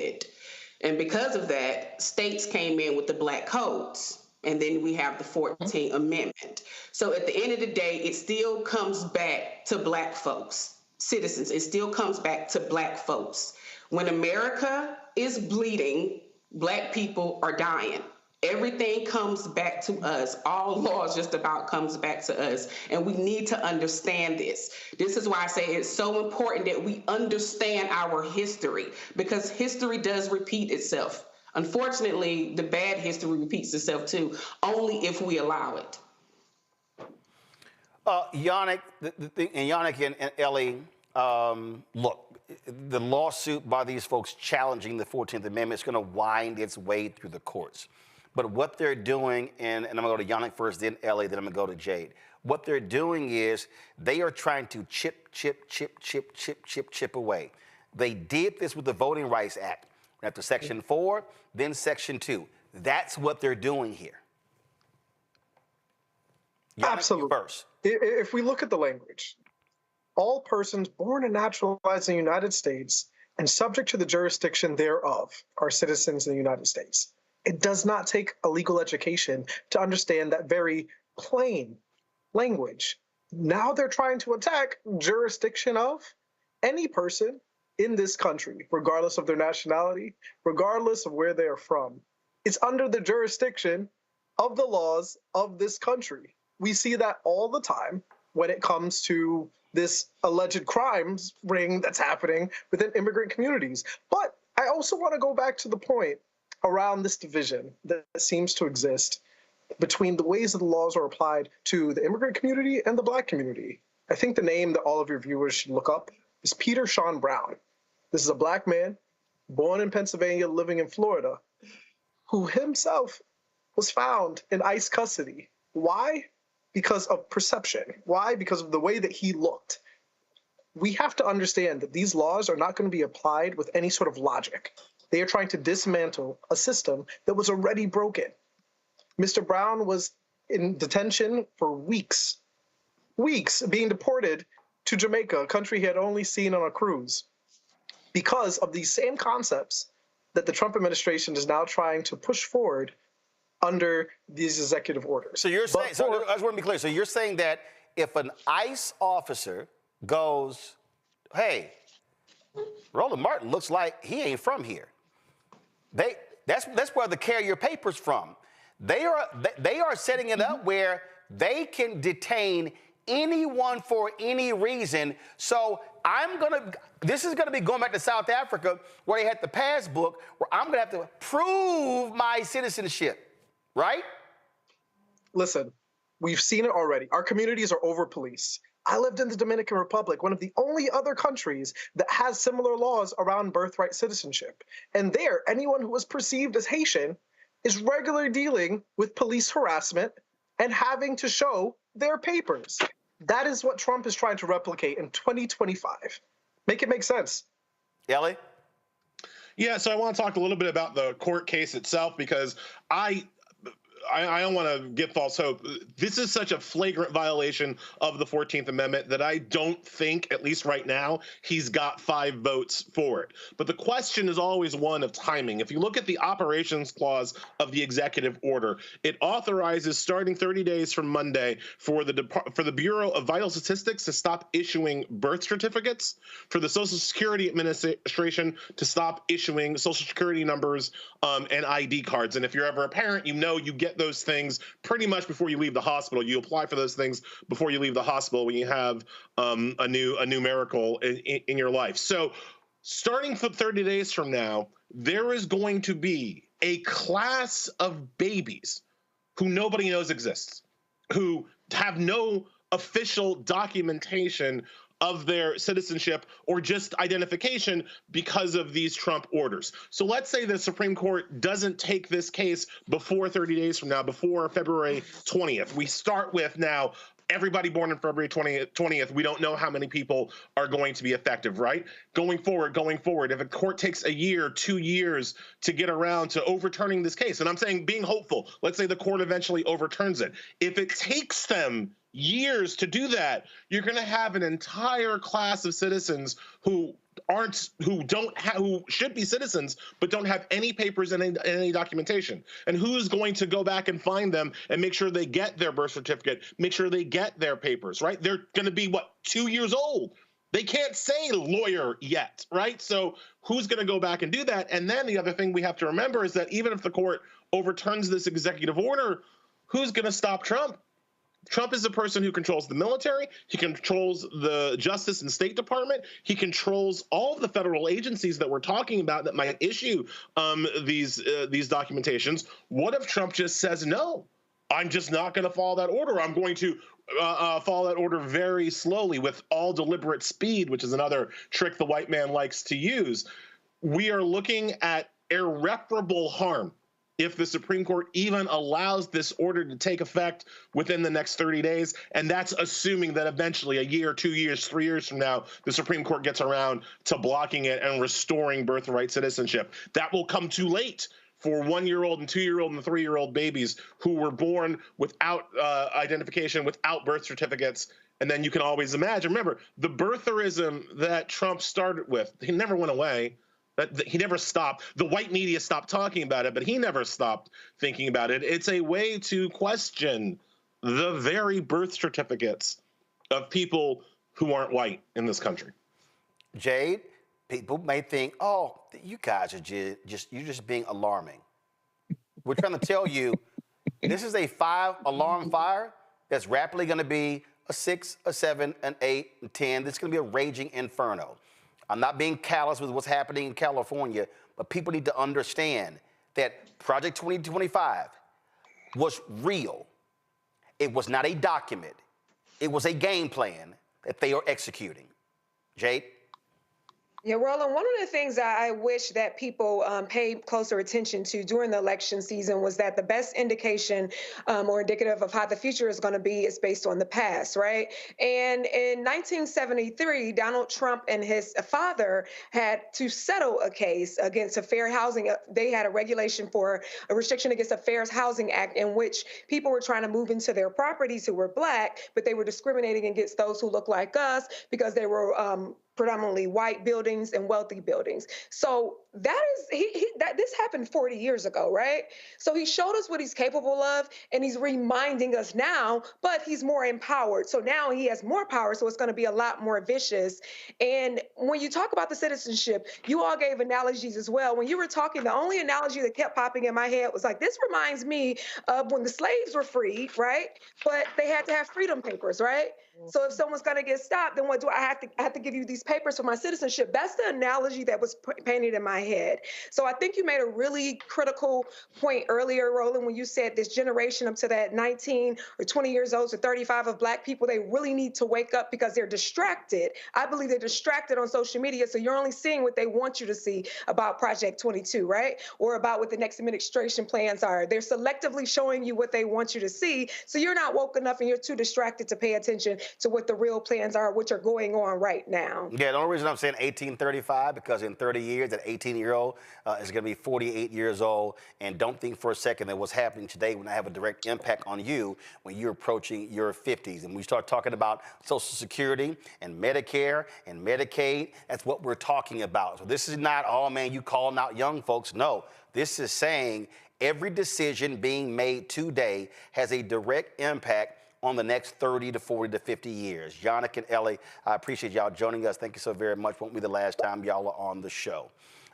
Folks, again, the reason we are being so serious about this, and I know somebody is saying, well, isn't there other news out there other than what Donald Trump is doing? Understand that, that the reason we have to sit here and deal with this is because, again, the policies that are in place, the policies that are being put in place.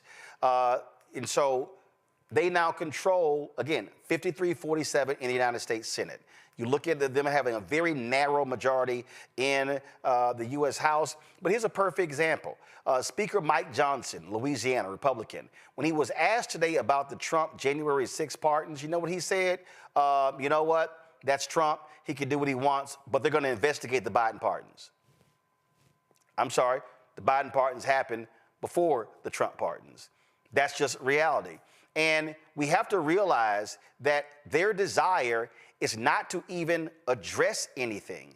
Their desire is to say, oh, no, we're just going to keep going back and calling what they did, what they did, what they did. Here's a perfect example. You take it what's happening at CNN. Like right now, okay, CNN CEO Mark Thompson apparently called Jim Acosta and talked about moving Jim Acosta like it's a promotion to a midnight show. Anybody knows that show will be dead in the water from his current perch in the morning. Okay, good ratings, which says a lot for CNN because basically it sucks all around. But understand they're doing that to cater to Trump. They're catering to Trump. All the networks are. First of all, Sean Hannity yesterday did his show from the U.S. House with Republicans as his studio audience. So we know Sean Hannity and Fox News is absolutely the communications arm for the Republican Party. That's just an absolute fact. But what you need to understand is that they don't want to answer anything and they want to just ram this thing through. This is a conversation that Jim Acosta had today with Tim Burchett, who is one of the craziest members of Congress and who was very much involved in the attempt to overthrow the election. If you want to hear crazy, watch this. This morning, the leaders of two far-right extremist groups are free after being pardoned for helping to plan the January 6th insurrection. Former Proud Boys leader Enrique Tarrio and Oath Keepers founder Stuart Rhodes, both convicted of seditious conspiracy, left prison on Tuesday, just hours after President Trump granted clemency to more than 1,500 people charged with trying to overturn the 2020 election, rioting at the Capitol. Let's discuss that and more now with Republican Congressman Tim Burchett of Tennessee. Congressman, thanks so much for being here. Axios is reporting that Trump's January 6 pardons were a last-minute decision. His team was reportedly wrestling with how to handle them. But according to one advisor, Trump said, quote, "F it, release them all." Your response? Well, Jim, as always, it's good to be on here for my weekly beating from you all at CNN, and I appreciate you, brother. And I was thinking about you this morning, actually, because I remember Rush Limbaugh, somebody called in when Bill Clinton was elected president, and they said, "Oh, I bet you're depressed." And he said, "Depressed? Heck no, I got 4 years of material." Just think, you've got 4 years of material at least right now. Well, I'm not so much worried about material, Congressman, as I am about the president releasing violent offenders who attacked the Capitol, where you're standing right now on January 6th, people who were convicted of seditious conspiracy. I spoke with Officer Harry Dunn at the top of the program. I spoke with the ex-wife of Stuart Rhodes, Tasha Adams. They are both worried about their safety. Do you defend what Donald Trump did, releasing these people from prison, pardoning them, commuting their sentences? Yes or no? I was the last person to leave the Capitol grounds, the floor of the Capitol, last member of Congress on January 6th when all this went down. I was offended as anybody. If they crossed those barriers, they were breaking the law. But you got to realize, too, they are charged under federal law. Many of them never even saw their day in court and were sitting in a jail cell. So the whole thing is Congressman, bad news. But you also, Congressman, I asked you a yes or no question. Do you agree with President Trump's decision to pardon these violent people and releasing them from jail? If they were truly violent, no. But do I know that they were? I don't know that. What do you mean you don't know that? We're showing the footage on the air right now. Congressman, you were there that day. There are offenders on January 6th who violently beat police officers. There are offenders who are convicted of seditious conspiracy. That is the truth. This is a political world, Jim, and I don't remember you all on CNN condemning Joe Biden for commuting the sentences of murderers and child molesters, which he did, and you all Congressman, refused, I'm not asking you about refused. that. Congressman, well, we talked about Joe Biden's pardons. You never do, Congressman, Jim. we did talk about it. We talked about Joe Biden's pardons. Oh, Jim, you did not. You all read your report from the Democrat National Committee, as you always do, that and is you attack absolutely Americans. false. Congressman, no. Are you going to respond and say whether or not it is right to let these people out of jail? I don't know if it is or not. I'm not a lawyer, but I'll tell you what isn't right. You're a congressman. You're a member of Congress. You're an elected official. Take a stand. They were not given due process. I told you if they crossed the line, they were trespassers. Should they rot in jail for the rest of their lives in a federal penitentiary and never be charged? Beating police officer, tasing police officers, seditious conspiracy.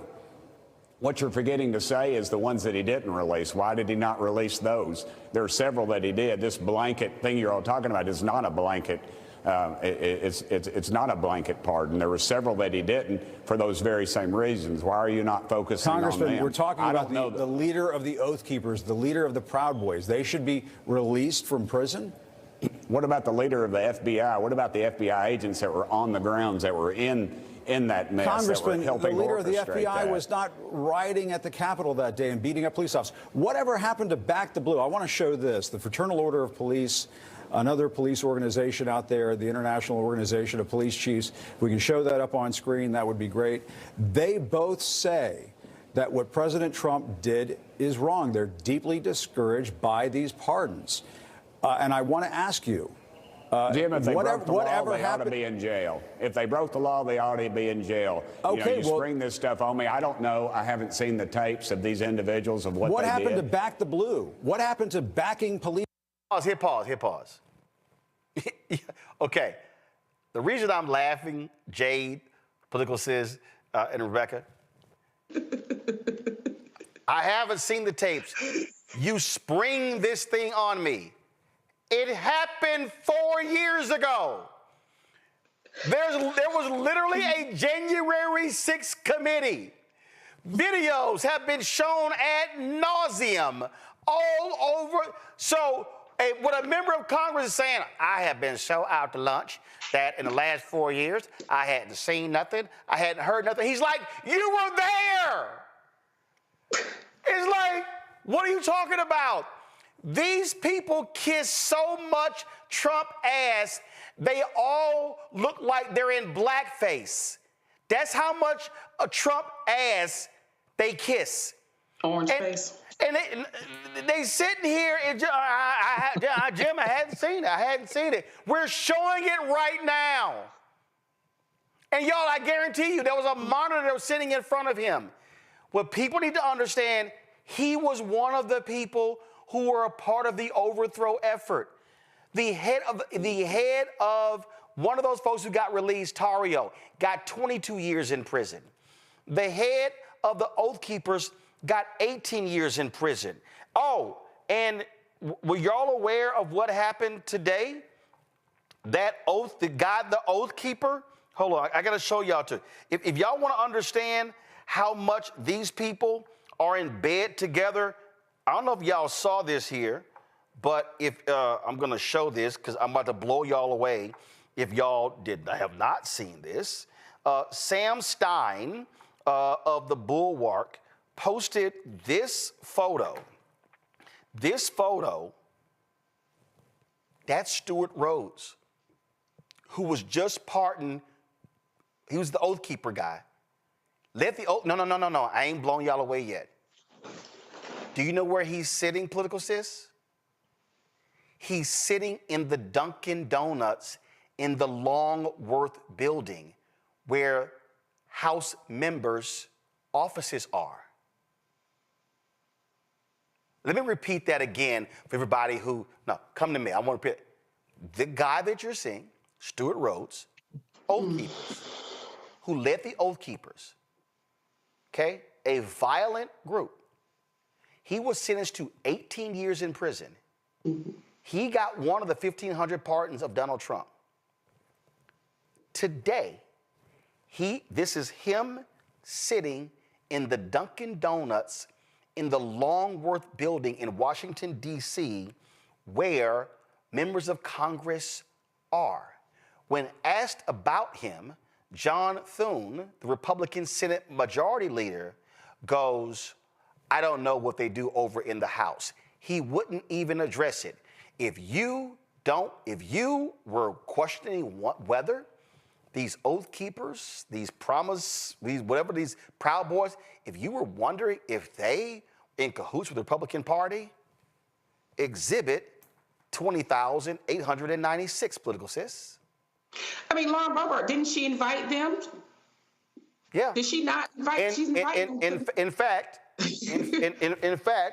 the Democratic Policy and Communications Committee dropped this video today, reminding Republicans of what happened on January 6th, and it includes the person you just mentioned, Lauren Boebert. Roll it. Okay. So this is January 6th. These are the hostages. Approximately 1,500 for a pardon. Yes. Full pardon. This pardon that Donald Trump has issued is sweeping. It is 1,500 people. That is every single person charged in any kind of a way tied to January 6th, including those, the more than 500 or so, who are charged with violent offenses. They're victims of what happened. All they were doing is protesting a rigged election. That's what they were doing.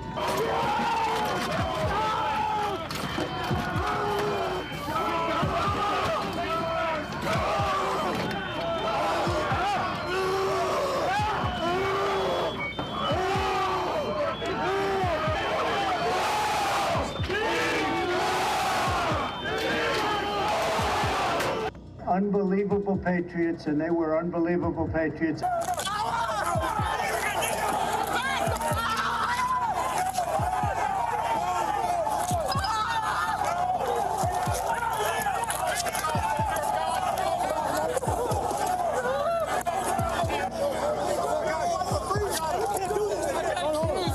Among those you pardoned, DJ Rodriguez. He drove a stun gun into the neck of a D.C. police officer who was abducted by the mob that day. He later confessed on video to the FBI and pleaded guilty for his crimes. Why does he deserve a pardon? Okay, well, we'll take a look at everything. Look for intel here, guys. Intel. Burn this motherfucker down. Look. They were there with love in their heart. That was an unbelievable, and it was a beautiful day. String all these fucking worthless bastards up from the top of those.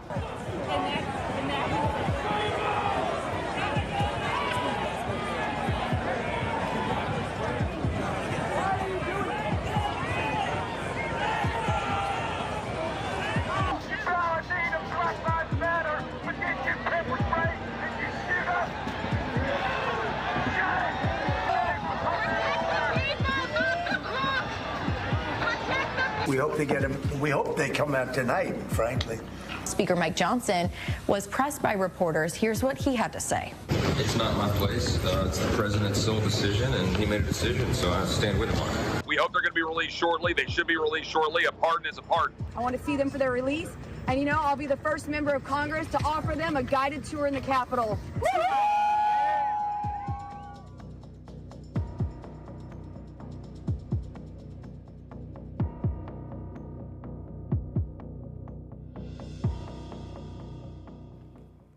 So Boebert says when they're released, I'm going to offer them a guided tour in the Capitol. Political sis, take it away.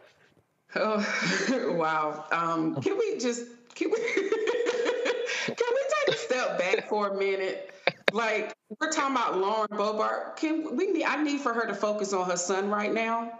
I need for her to focus on her son. That's what she needs to do. Second, in reference to if you don't mind, I want to go back to the police unions, because I'm a little shocked that they made a comment saying that they are upset that Trump pardoned these people, but they also threw Biden in there about Biden commuting and pardoning people too. Well, first off, the police unions, they already knew what Trump was going to do before they endorsed him. This is not the first time the biggest union police union in the United States endorsed him. Secondly, when it comes to Biden, the Waverly case is what they're talking about. Number one, those two guys were acquitted of killing those police officers, but they did get locked up for drug charges. That is what Joe Biden pardoned those two guys on. So I want to make sure we are clear. And in reference to Joe Biden's son, I would have did the same thing. It is what it is. And also, I think Democrats need to capitalize on this video. Now's the time they stand up and they actually talk about what's going on. I don't see them anywhere except for Jasmine Crockett. I see none of them out there in the public talking about it. I don't see them on TikTok, nowhere talking about it. None of them, but except for AOC and Jasmine Crockett. I mean, the thing that people need to understand here, Rebecca, reporters questioning him about one of the January 6th domestic terrorists taking a stun gun and plunging it into the neck of a cop. He then goes, we'll look into it. Hey, dumbass, you can't rescind a pardon. Once you give it, that's it. You can't go, oh, damn, my bad, you got to go back to jail. No, that's not how it works. But this idiot said he didn't want to waste any time. He said, fuck it, pardon them all. That's what he said. That's what's being reported. He didn't want to look at it a case-by-case basis. All of them are getting out. You know, and this wasn't last minute. I mean, it's Wednesday, y'all. This just happened on Monday. Those people probably haven't even showered. They still smell like prison. If you ever been inside of a prison, there's a smell. And they're in Longworth, returning to the scene of the crime. Like, we just got to acknowledge how bizarre this is. And so for that member of Congress to say, oh, I have no idea what happened 4 years ago, we'll look into it. But let me tell you about what Biden just did. How do you know about the people that Biden pardoned if you don't even know what happened 4 years ago? Like, make it make sense. Like, I just want to acknowledge how bizarre this is. It's bizarre, but I got to show you a little more of the circus. Press play. Your party has said time and again, we back the blue. It sounds like you let down the blue. You're betraying the blue. Jim, why don't you just give an editorial and not let me come on? Look, what happened in the last 4 years with police? What happened with all the riots that took place all across the country? Police officers were murdered. Courthouses were burned. Over 22 police cars were burned. Yet no one went to jail for that. Where's your crocodile tears for that? No, Congressman, you're not engaging in a game. You're engaging in a game of whataboutism. People were obviously prosecuted after those every day. Every day, all you've done is what we're doing at CNN. We didn't storm the Capitol. These people did, and President Trump let them out of jail. Why not just say you were? Phrase, cops were killed all around the country, and nobody went to jail for that. That's bullshit. We can call a lie on that. You can't show me where a cop got killed, and nobody went to jail. Oh, I think that was a cop who got killed in Baltimore, who they believe was killed by fellow cops because he was going to tell on them. He was going to snitch. Maybe that's what Tim Burchett is talking about. Continue. Tim Burchett. Wrong, Mr. President. Say it. Why can't you say it? Jim, as I said, individually, I don't know the case, but on several he did not release from jail. Why are you not putting the story out on that and saying it's a blanket? Show me the tapes of these individuals beating police. Jim, I can't name the case. Can't name the person. I have no idea what the hell I'm talking about, but I know he did it. You're an idiot. And you know what? I think Tim Burchett, I think Burchett is now surpassed in terms of, because you know, the dumbest person in Congress was Louis Gohmert of Texas. Burchett, you now have the title. Press play. We're showing it right now. Congressman, you're saying, I'll be happy to go to your office and show you the footage of these people beating police officers. I've seen the footage. I've seen that footage, but of those individuals, Jim, Congressman, I spoke with the ex-wife of Stuart Rhodes, the leader of the Oath Keepers. This is what she told me just a few moments ago. Let's listen to this. I'm worried. I am worried. I also worry about his followers. They're a bit unhinged, and he does seem to be regathering and regrouping his army, right now. Congressman, there are relatives who turned in their relatives because they were involved on January 6th. Who's going to protect them now that these people have been released? Jim, I had individuals from my community, bankers, church people, that left before all this happened. The FBI came to their house, their places of business, and harassed them. This was a political thing from the start. It was a bad day in America. If they crossed the lines, It's they not were a political trespassing. thing. They It's not a political thing. Jim, it's Congressman, all they broke political. the law. It's not all political. There's such a thing as right and wrong and law and order. And Congressman, your party has said, we back the blue. And I just want to ask you, if any of these people who were released from prison, if any of them commit crimes in the future, should Donald Trump take personal responsibility for that? No more than Joe Biden should take personal responsibility for the 14 million people, for Laken Riley losing her life because he didn't have enough guts to enforce the law. I'm not talking about Joe Biden. Americans. If Joe Well, Biden you pardons should be. people You and they all- reoffend, he's obviously responsible for that. I'm you all asking spent- you, why can't Look- members of your party just tell the president when he's wrong? Why can't you do that? You spent 4 years making What are you excuses afraid for of? a fellow with Alzheimer's in the lead office in this country. Congressman, and you and I defending him know, and putting you and him I in talked office. about this. We raised questions about that time and again on this network, on this program. You all made I'm asking excuses you a for him question. for 4 years. Is You elected President him. Trump responsible? Is he responsible if some of these offenders reoffend? What happens if one of the Oath Keepers of the Proud Boys goes out there and hurts somebody? And they were involved on January 6th and were put in prison, and Donald Trump released them. Isn't he then responsible for that? Isn't he responsible if somebody gets hurt? I would say if they're Trump-appointed judges, they will go to jail. But if they're Joe Biden-appointed judges or Soros-backed DAs, they'll probably walk, as they do in New York and the rest of the country. As we saw during the Black Lives Matter marches, we saw in the riots all across the country, those people walked. Nobody went to jail. Why is Burchett a liar? There are Trump-appointed judges who are calling out his January 6th pardon. See, this is when you know you're dealing with a party that is a massive liar, because they are following a massive liar who now occupies the Oval Office. And so this was a 10-minute segment on CNN, and Burchett literally lied in nearly all 10 of those minutes.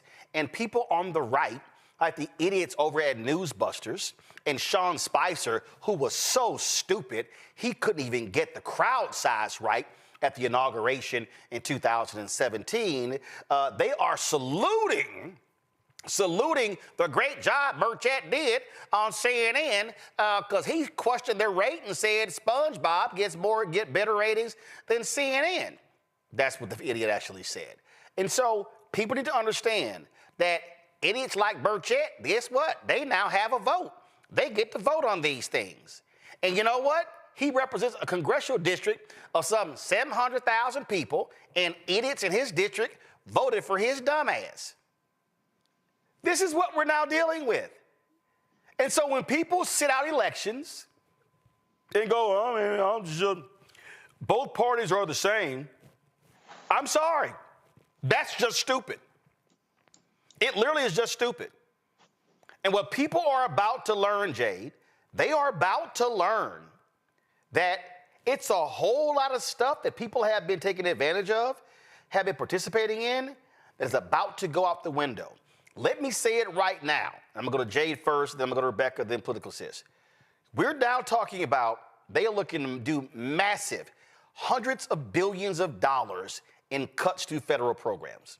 They're looking to do massive changes to the Affordable Care Act, to Medicare, Medicaid.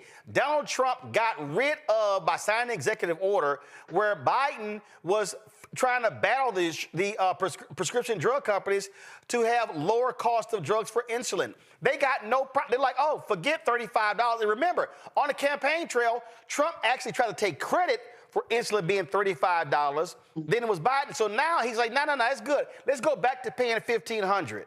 So for all of the people who said they voted for Trump because it was about the price of eggs, it was about the economy, it was about inflation. Oh, y'all about to get a serious lesson in you got played. Jade? Yeah, Roland, not only are they about to be deprived of just the basic necessities in life, right? And the basic things that we have the rights to have, they're going to be deprived of anything that remotely is in excess of that. Oh, okay. Yeah, they're going to be deprived of so much more than that, right? This is only what's foreseeable and what we see for now. But the next 3 years, it's going to be completely depleted. And I do want to touch on briefly. I know we moved off of the J6, but I just had to. I was so disturbed by that video, Roland, that I really just, I don't have a poker face, but I was so disturbed because when he kept saying, if they reoffend, the thing is when they reoffend, right? Trump is showing us alone by how he handled this matter with the J6, that he is reckless. He's calling them hostages, right? That he is reckless, he is ruthless, that he is on board with people who assault people, including law enforcement officers. And we have not seen a piece or a half of what he's capable of doing and the rights that we are going to lose as people and just as people. Here's the thing, Rebecca. He said, Burchett, the only thing that he did get right, it's all political. Yes, it was political. Those idiots were protesting and trying to overturn the election because they lost. They were pissed off with how black people voted. Donald Trump kept blaming 4 cities: Atlanta, Philadelphia, Milwaukee, and Detroit. That's black people. So we know why they were there. Let's not make get any confusion here. They were pissed that black people voted, which is why they're targeting voting rights, which is why they're targeting civil rights. And people who are black, who somehow are playing this game, and they think that, oh, no, they're our friends. We can perform for them at their inauguration balls. It's all good. It's about securing the bag. Well, you know what? Your family members, your cousins, your friends, your church members, your homeboys, your homegirls are about to learn real quickly how this is going to turn out. You know, these are some very unserious people, but just because they are very unserious doesn't mean that they're not dangerous. Like just yesterday, if you went to the Department of Government Efficiency's website, doge.gov, what you saw was the Dogecoin icon. And it was a big joke. Today it's been removed and it's no longer on that website. But that's just an example of just some very unserious people. But just because they're unserious, it doesn't make them less dangerous. Like the analogy that I would use for what we're seeing now is a toddler with a live hand grenade. Just because a toddler doesn't know exactly what that hand grenade does doesn't make that toddler less dangerous when they're walking or when they're toddling around unsupervised with that hand grenade. And that's unfortunate that what we're seeing in this particular administration, it appears to be some unserious people, but then also people with a very dangerous agenda, Project 2025, that will disproportionately impact Black Americans in this country. So what I would tell people is buckle down, stay focused on hyper-local elections. That's where you're going to be able to find some protections and lean into how local officials can help support and provide for your everyday life.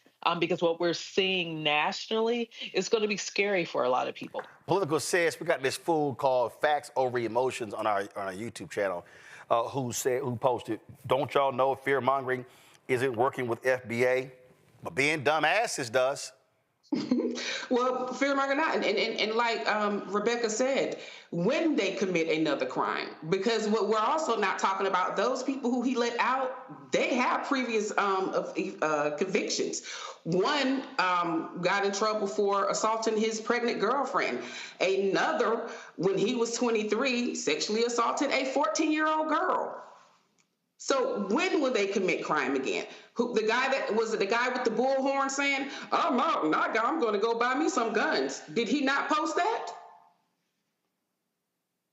So I guess they're new here.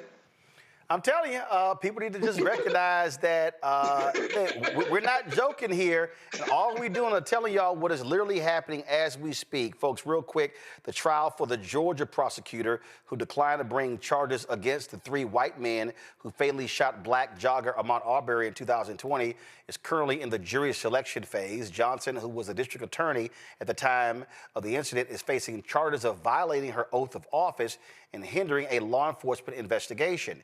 She's accused of using her position to protect Greg McMichael and his adult son, Travis McMichael, by instructing Glenn County police officers on the day of the shooting not to arrest Travis McMichael. The McMichaels and William Roddy Brown were convicted on state and federal charges related to Ahmaud's murder. They are serving life sentences. The jury selection is expected to be completed by Friday. And thank goodness, because if that was a federal case, I'm sure Donald Trump may pardon her. Folks, rapper Sexy Red apologized for her inappropriate image of herself with Reverend Dr. Martin Luther King Jr. It was an AI photo she posted on X in response to Dr. Bernice King's request to take the image down. Quote, "You ain't wrong, never meant to disrespect your family, my apologies. Just reposted something I saw that I thought was innocent." King's daughter accepted the apology, saying, "Thank you for your apology, which I sincerely accept. Please know that it was not my intention that you be denigrated. I value you as a human being. I hope you understand my concerns about the image. I know that my father has become a bit of a caricature to the world and that his image is often used with no regard to his family, his sacrificial work, or to the tragic, unjust way in which he died. A state-sanctioned assassination. Unfortunately, I regularly challenge the disregard. I earnestly wish that people would imagine what it would feel like to see their deceased, murdered father repurposed for party flyers, unjust legislation, etc. All the best to you, young lady." Well, you know what?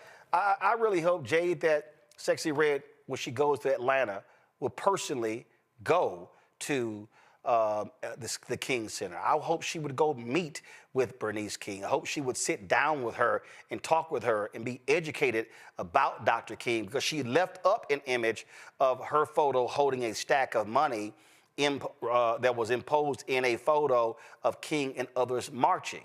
I hope that actually happens. I hope the people who are around Sexy Red will make that happen, because I don't care. It's fine. She deleted the post. She apologized for it.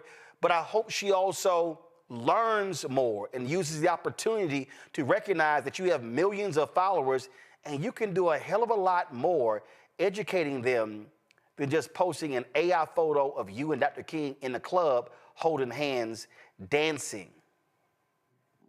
Rolling, that was you came up with a really good idea. And I do hope that someone from her team, they probably are not listening because they don't listen to things like this probably, but I hope someone from her team does get that message across, that your team gets that message across, because I think that's a phenomenal idea, is for her to do a walk down memory lane in case she didn't learn some of the things that Dr. King, did for our rights and our freedom. In case she missed that course in class, I think that's a very, very good idea. I do commend her for apologizing and taking it down. But what I will tell people is that when it comes to some of our artists or mainstream artists, unfortunately, you expect what you're going to get, right? She has a song talking about bow, bow, bow, clap that booty meat. Like, I expect her to do exactly what she did as an entertainer and who she is. But I am happy that Bernice King was very, very gracious with her and very graceful with her and kind of letting her know that it was inappropriate in a loving and a kind way. Political sis? Can we have more interactions like that? I thought it was good. I think Sexy Red responded back graciously. I think Bernice, she gave her the respect. Her apology actually, Bernice's response, it brought tears to my eyes. But it does make sense for her to maybe try to educate herself and her followers. I doubt if she does do that. But the most important thing is that she apologized. But did you see the comments? The disrespectfulness that Ms. King received from the black men, I think that's, to me, is what really caught my. Yeah, you had some dumbasses who were literally arguing with her. Yeah. But again, though, there's a serious level of ignorance that we have to confront. And see, what always happens, Rebecca, I get this all the time. I got this fool here, fool I talked about earlier, facts of emotion. Oh, yeah, you don't like FBA people. The grassroots don't like you. I'm like, fool, I roll all around this country. I'm like, you so dumb. I'm in the streets. I get brothers who stop me all the time who say they watch this show in prison. I've had brothers who served 20 and 30 years in prison who said, bruh, I was watching you on CNN, on TV One, and following you now. So I love it when some of these fools open their mouths as if, again, the bros in the street. I've been stopped by cats. Brother stopped me at MGM National Harbor who said, yo, Roland Martin, I fucks with you. That's my girl. And I was like, and he was talking real loud. And I was like, all right, bro. He's like, no. I fucks with you. And I was like, I appreciate it. He said, anybody fuck with you, I got you. And I was like, And then I was like, appreciate it. He said, no. And so he reaches down. I'm like, he is not about to show me a gun. My man lifts his shirt up, and I see scar tissue from the top of his neck down to his belly button. His chest had been cracked. His chest had been cracked. He was trying to let me know my ass been shot before. I'm ready. And he literally went, anybody fucks with you, I got you. So all you yahoos who like, yeah, you know, don't nobody in the streets mess with you. Don't nobody in the streets know your ass. Rebecca, go ahead with our final comment for the day before I have to go ahead and smack some of these fools again who just sit here and just say just dumb shit. Go ahead, Rebecca. You know, even the people in the comments who are making the offhand comments about FBA, Foundational Black Americans, I see there's some people who are like, well, what does that mean? Here's the thing. What does that mean to you when you say that? Because I know what it means to me when I say it, because I understand the history of my family in this country, which is why I go so hard about voting rights in this country. It's the reason why I go so hard about civil rights in this country, because my family has literally bled and died to make sure that everybody has these rights in this country. And so when people just throw those words around, what does it mean? You know, it doesn't mean that you're not community. It doesn't mean that you don't interact with others. It doesn't mean that you don't try to push this country forward and hold this country accountable for its promises that it hasn't given to us foundational Black Americans. So it's very easy for people to put that in the chat, but let's actually have a discussion on what it means regarding policy. Because when we talk about policy on this channel, we're talking about things that are beneficial to the Black community, which includes foundational Black Americans. So just throwing that in the chat, I don't know if you're a bot or you're a real person, but there's actually if you follow Dr. Claude Anderson or other academics who actually spent time talking about what this thing means, it's not just a throwaway phrase. And so the people that I see in the chat using it disparagingly, you're not even using it in its right or proper context. However, stay tuned to Black Star Network, where we talk about issues that impact Black people in this country. Well, you know, look, here's what I've always realized. All right. There are very silly people who have nothing in their lives, who do nothing in their lives, but the only thing they can do is talk about other folk, other people who do have stuff and who are doing stuff. That's just a reality. And so I laugh at them all the time. And here's my last point. For those of you who love talking y'all little trash in the chat room, you do notice that you on my shit. And I am not on yours. You gotta preface it like my social media nieces and nephews said, they don't have no motion. But you know what? We gotta be careful with them. We gotta be careful with them because their dumbasses is the reason why we're in this situation right now. Oh yeah, no, I'm just saying. But here's the other thing that I tell them, political sis, and I tell everybody, and I've said this about all them haters out there who love doing YouTube shows on me. I don't never do shows on y'all. Because you ain't that important. And here's the deal. I can get views not talking about you. You can only get views talking about me. And so if there are people, and I'm real clear, if you don't like the content here, go start your own. You can do exactly what I did. Go and start your own. But maybe you realize don't nobody care what you have to say. I'm just saying. As we say in the South, bless their heart. Yeah, bless their heart. Bless their heart. Bless their hearts. They would be all right. Remind me of that. What's his name? Vernon Jones. Yeah. Oh yeah. Oh. That crowd surfing Negro. Yeah, him, that Negro. Who kissed so much Trump ass, ran for governor, had to drop out, ran for Congress, and got his ass whooped in the Republican primary. Hell, it's more people watching me right now than voted for him. You're right. Matter of fact, I think it's 3 times more people watching me than who voted for him. You're right, because I'm back at his butt, his ass. Yeah, I didn't know. That's how we roll. First of all, political says we don't spell ass on this show. We say ass. I'm just letting you know. Clearly, you ain't never seen Reese Colbert on this show. Cuss Out Thursdays is a real thing. And I got some followers out there who keep telling me, brother, please stop cussing. I'm like, y'all, I try, but some people deserve to get cussed out. I'm going to end the show with this here. Years ago, this is a true story, y'all. This is no lie. It was an episode of Nightline. It was Ted Koppel, Ice-T, and Dr. Alvin Toussaint of Harvard University. Of course, it was consulted with The Cosby Show. It was so funny because Ted Koppel goes, you know, on Ice-T, you know, there's language, there's cursing and rap music. And Ice-T said, Ted, listen up. He said, black people cuss for emphasis. He said, for instance, Ted, a white person would say, Johnny, put down that knife. He said, a black person would say, Johnny, put down that goddamn knife. He said, Ted, he said, it's different with us. Then Ted Koppel goes, Dr. Toussaint, do you care to weigh in what Ice-T just said? And Dr. Alvin Toussaint and all of his Harvardness goes, well, Ted, Ice-T does have a point. That's right. I will never forget that episode of Nightline. Absolutely hilarious. All right, Political Sis, this is your first time on the show. We appreciate it. We'll have you back. Jade, thanks a lot. Rebecca, thanks a lot as well. This is the first time in a long time with an all-female panel, so appreciate it. Thank you to the ladies, y'all beautiful sisters. Thank y'all for being up here. Appreciate y'all. All right, and Political Sis, I know you were a little nervous. It's your first time because you go hard in your videos. So I'm gonna tell you what I told Reese.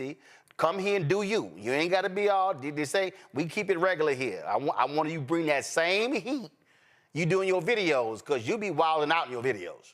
No, I'm ready. I'm ready now. I had to loosen up. You got no. Ain't no loosening up. When we hit, you got to go.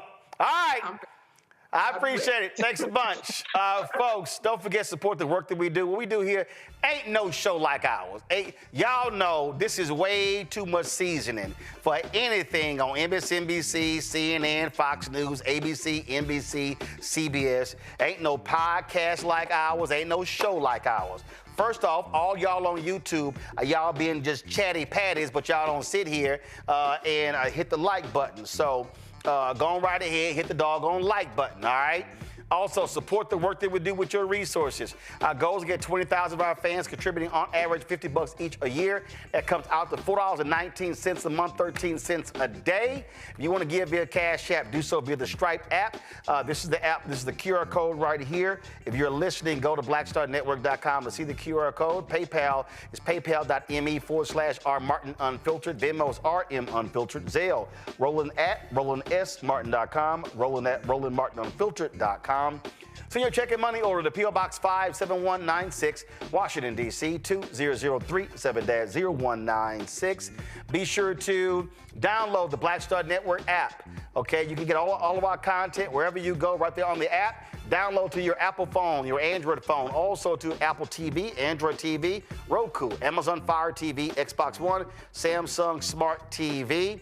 You can also, of course, get my book, White Fear, How the Browning of America is Making White Folks Lose Their Minds, available at bookstores nationwide. Get the audio version on Audible.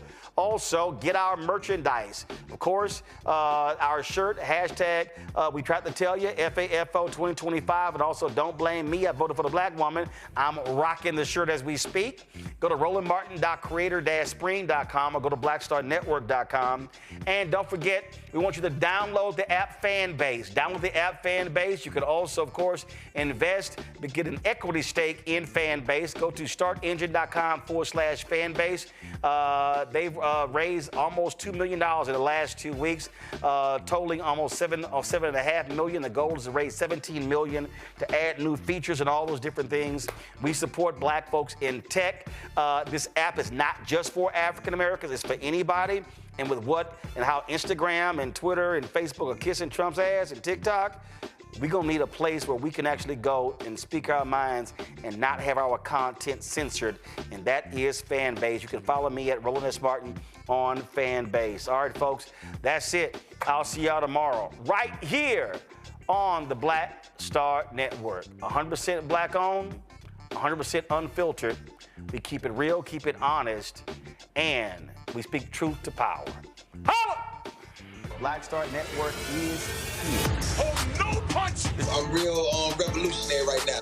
Thank you for being the voice of Black America. All momentum we have now, we have to keep this going. The video looks phenomenal. See, there's a difference between Black Star Network and black-owned media and something like CNN. You can't be black-owned media and be scared. It's time to be smart. Bring your eyeballs home. You dig?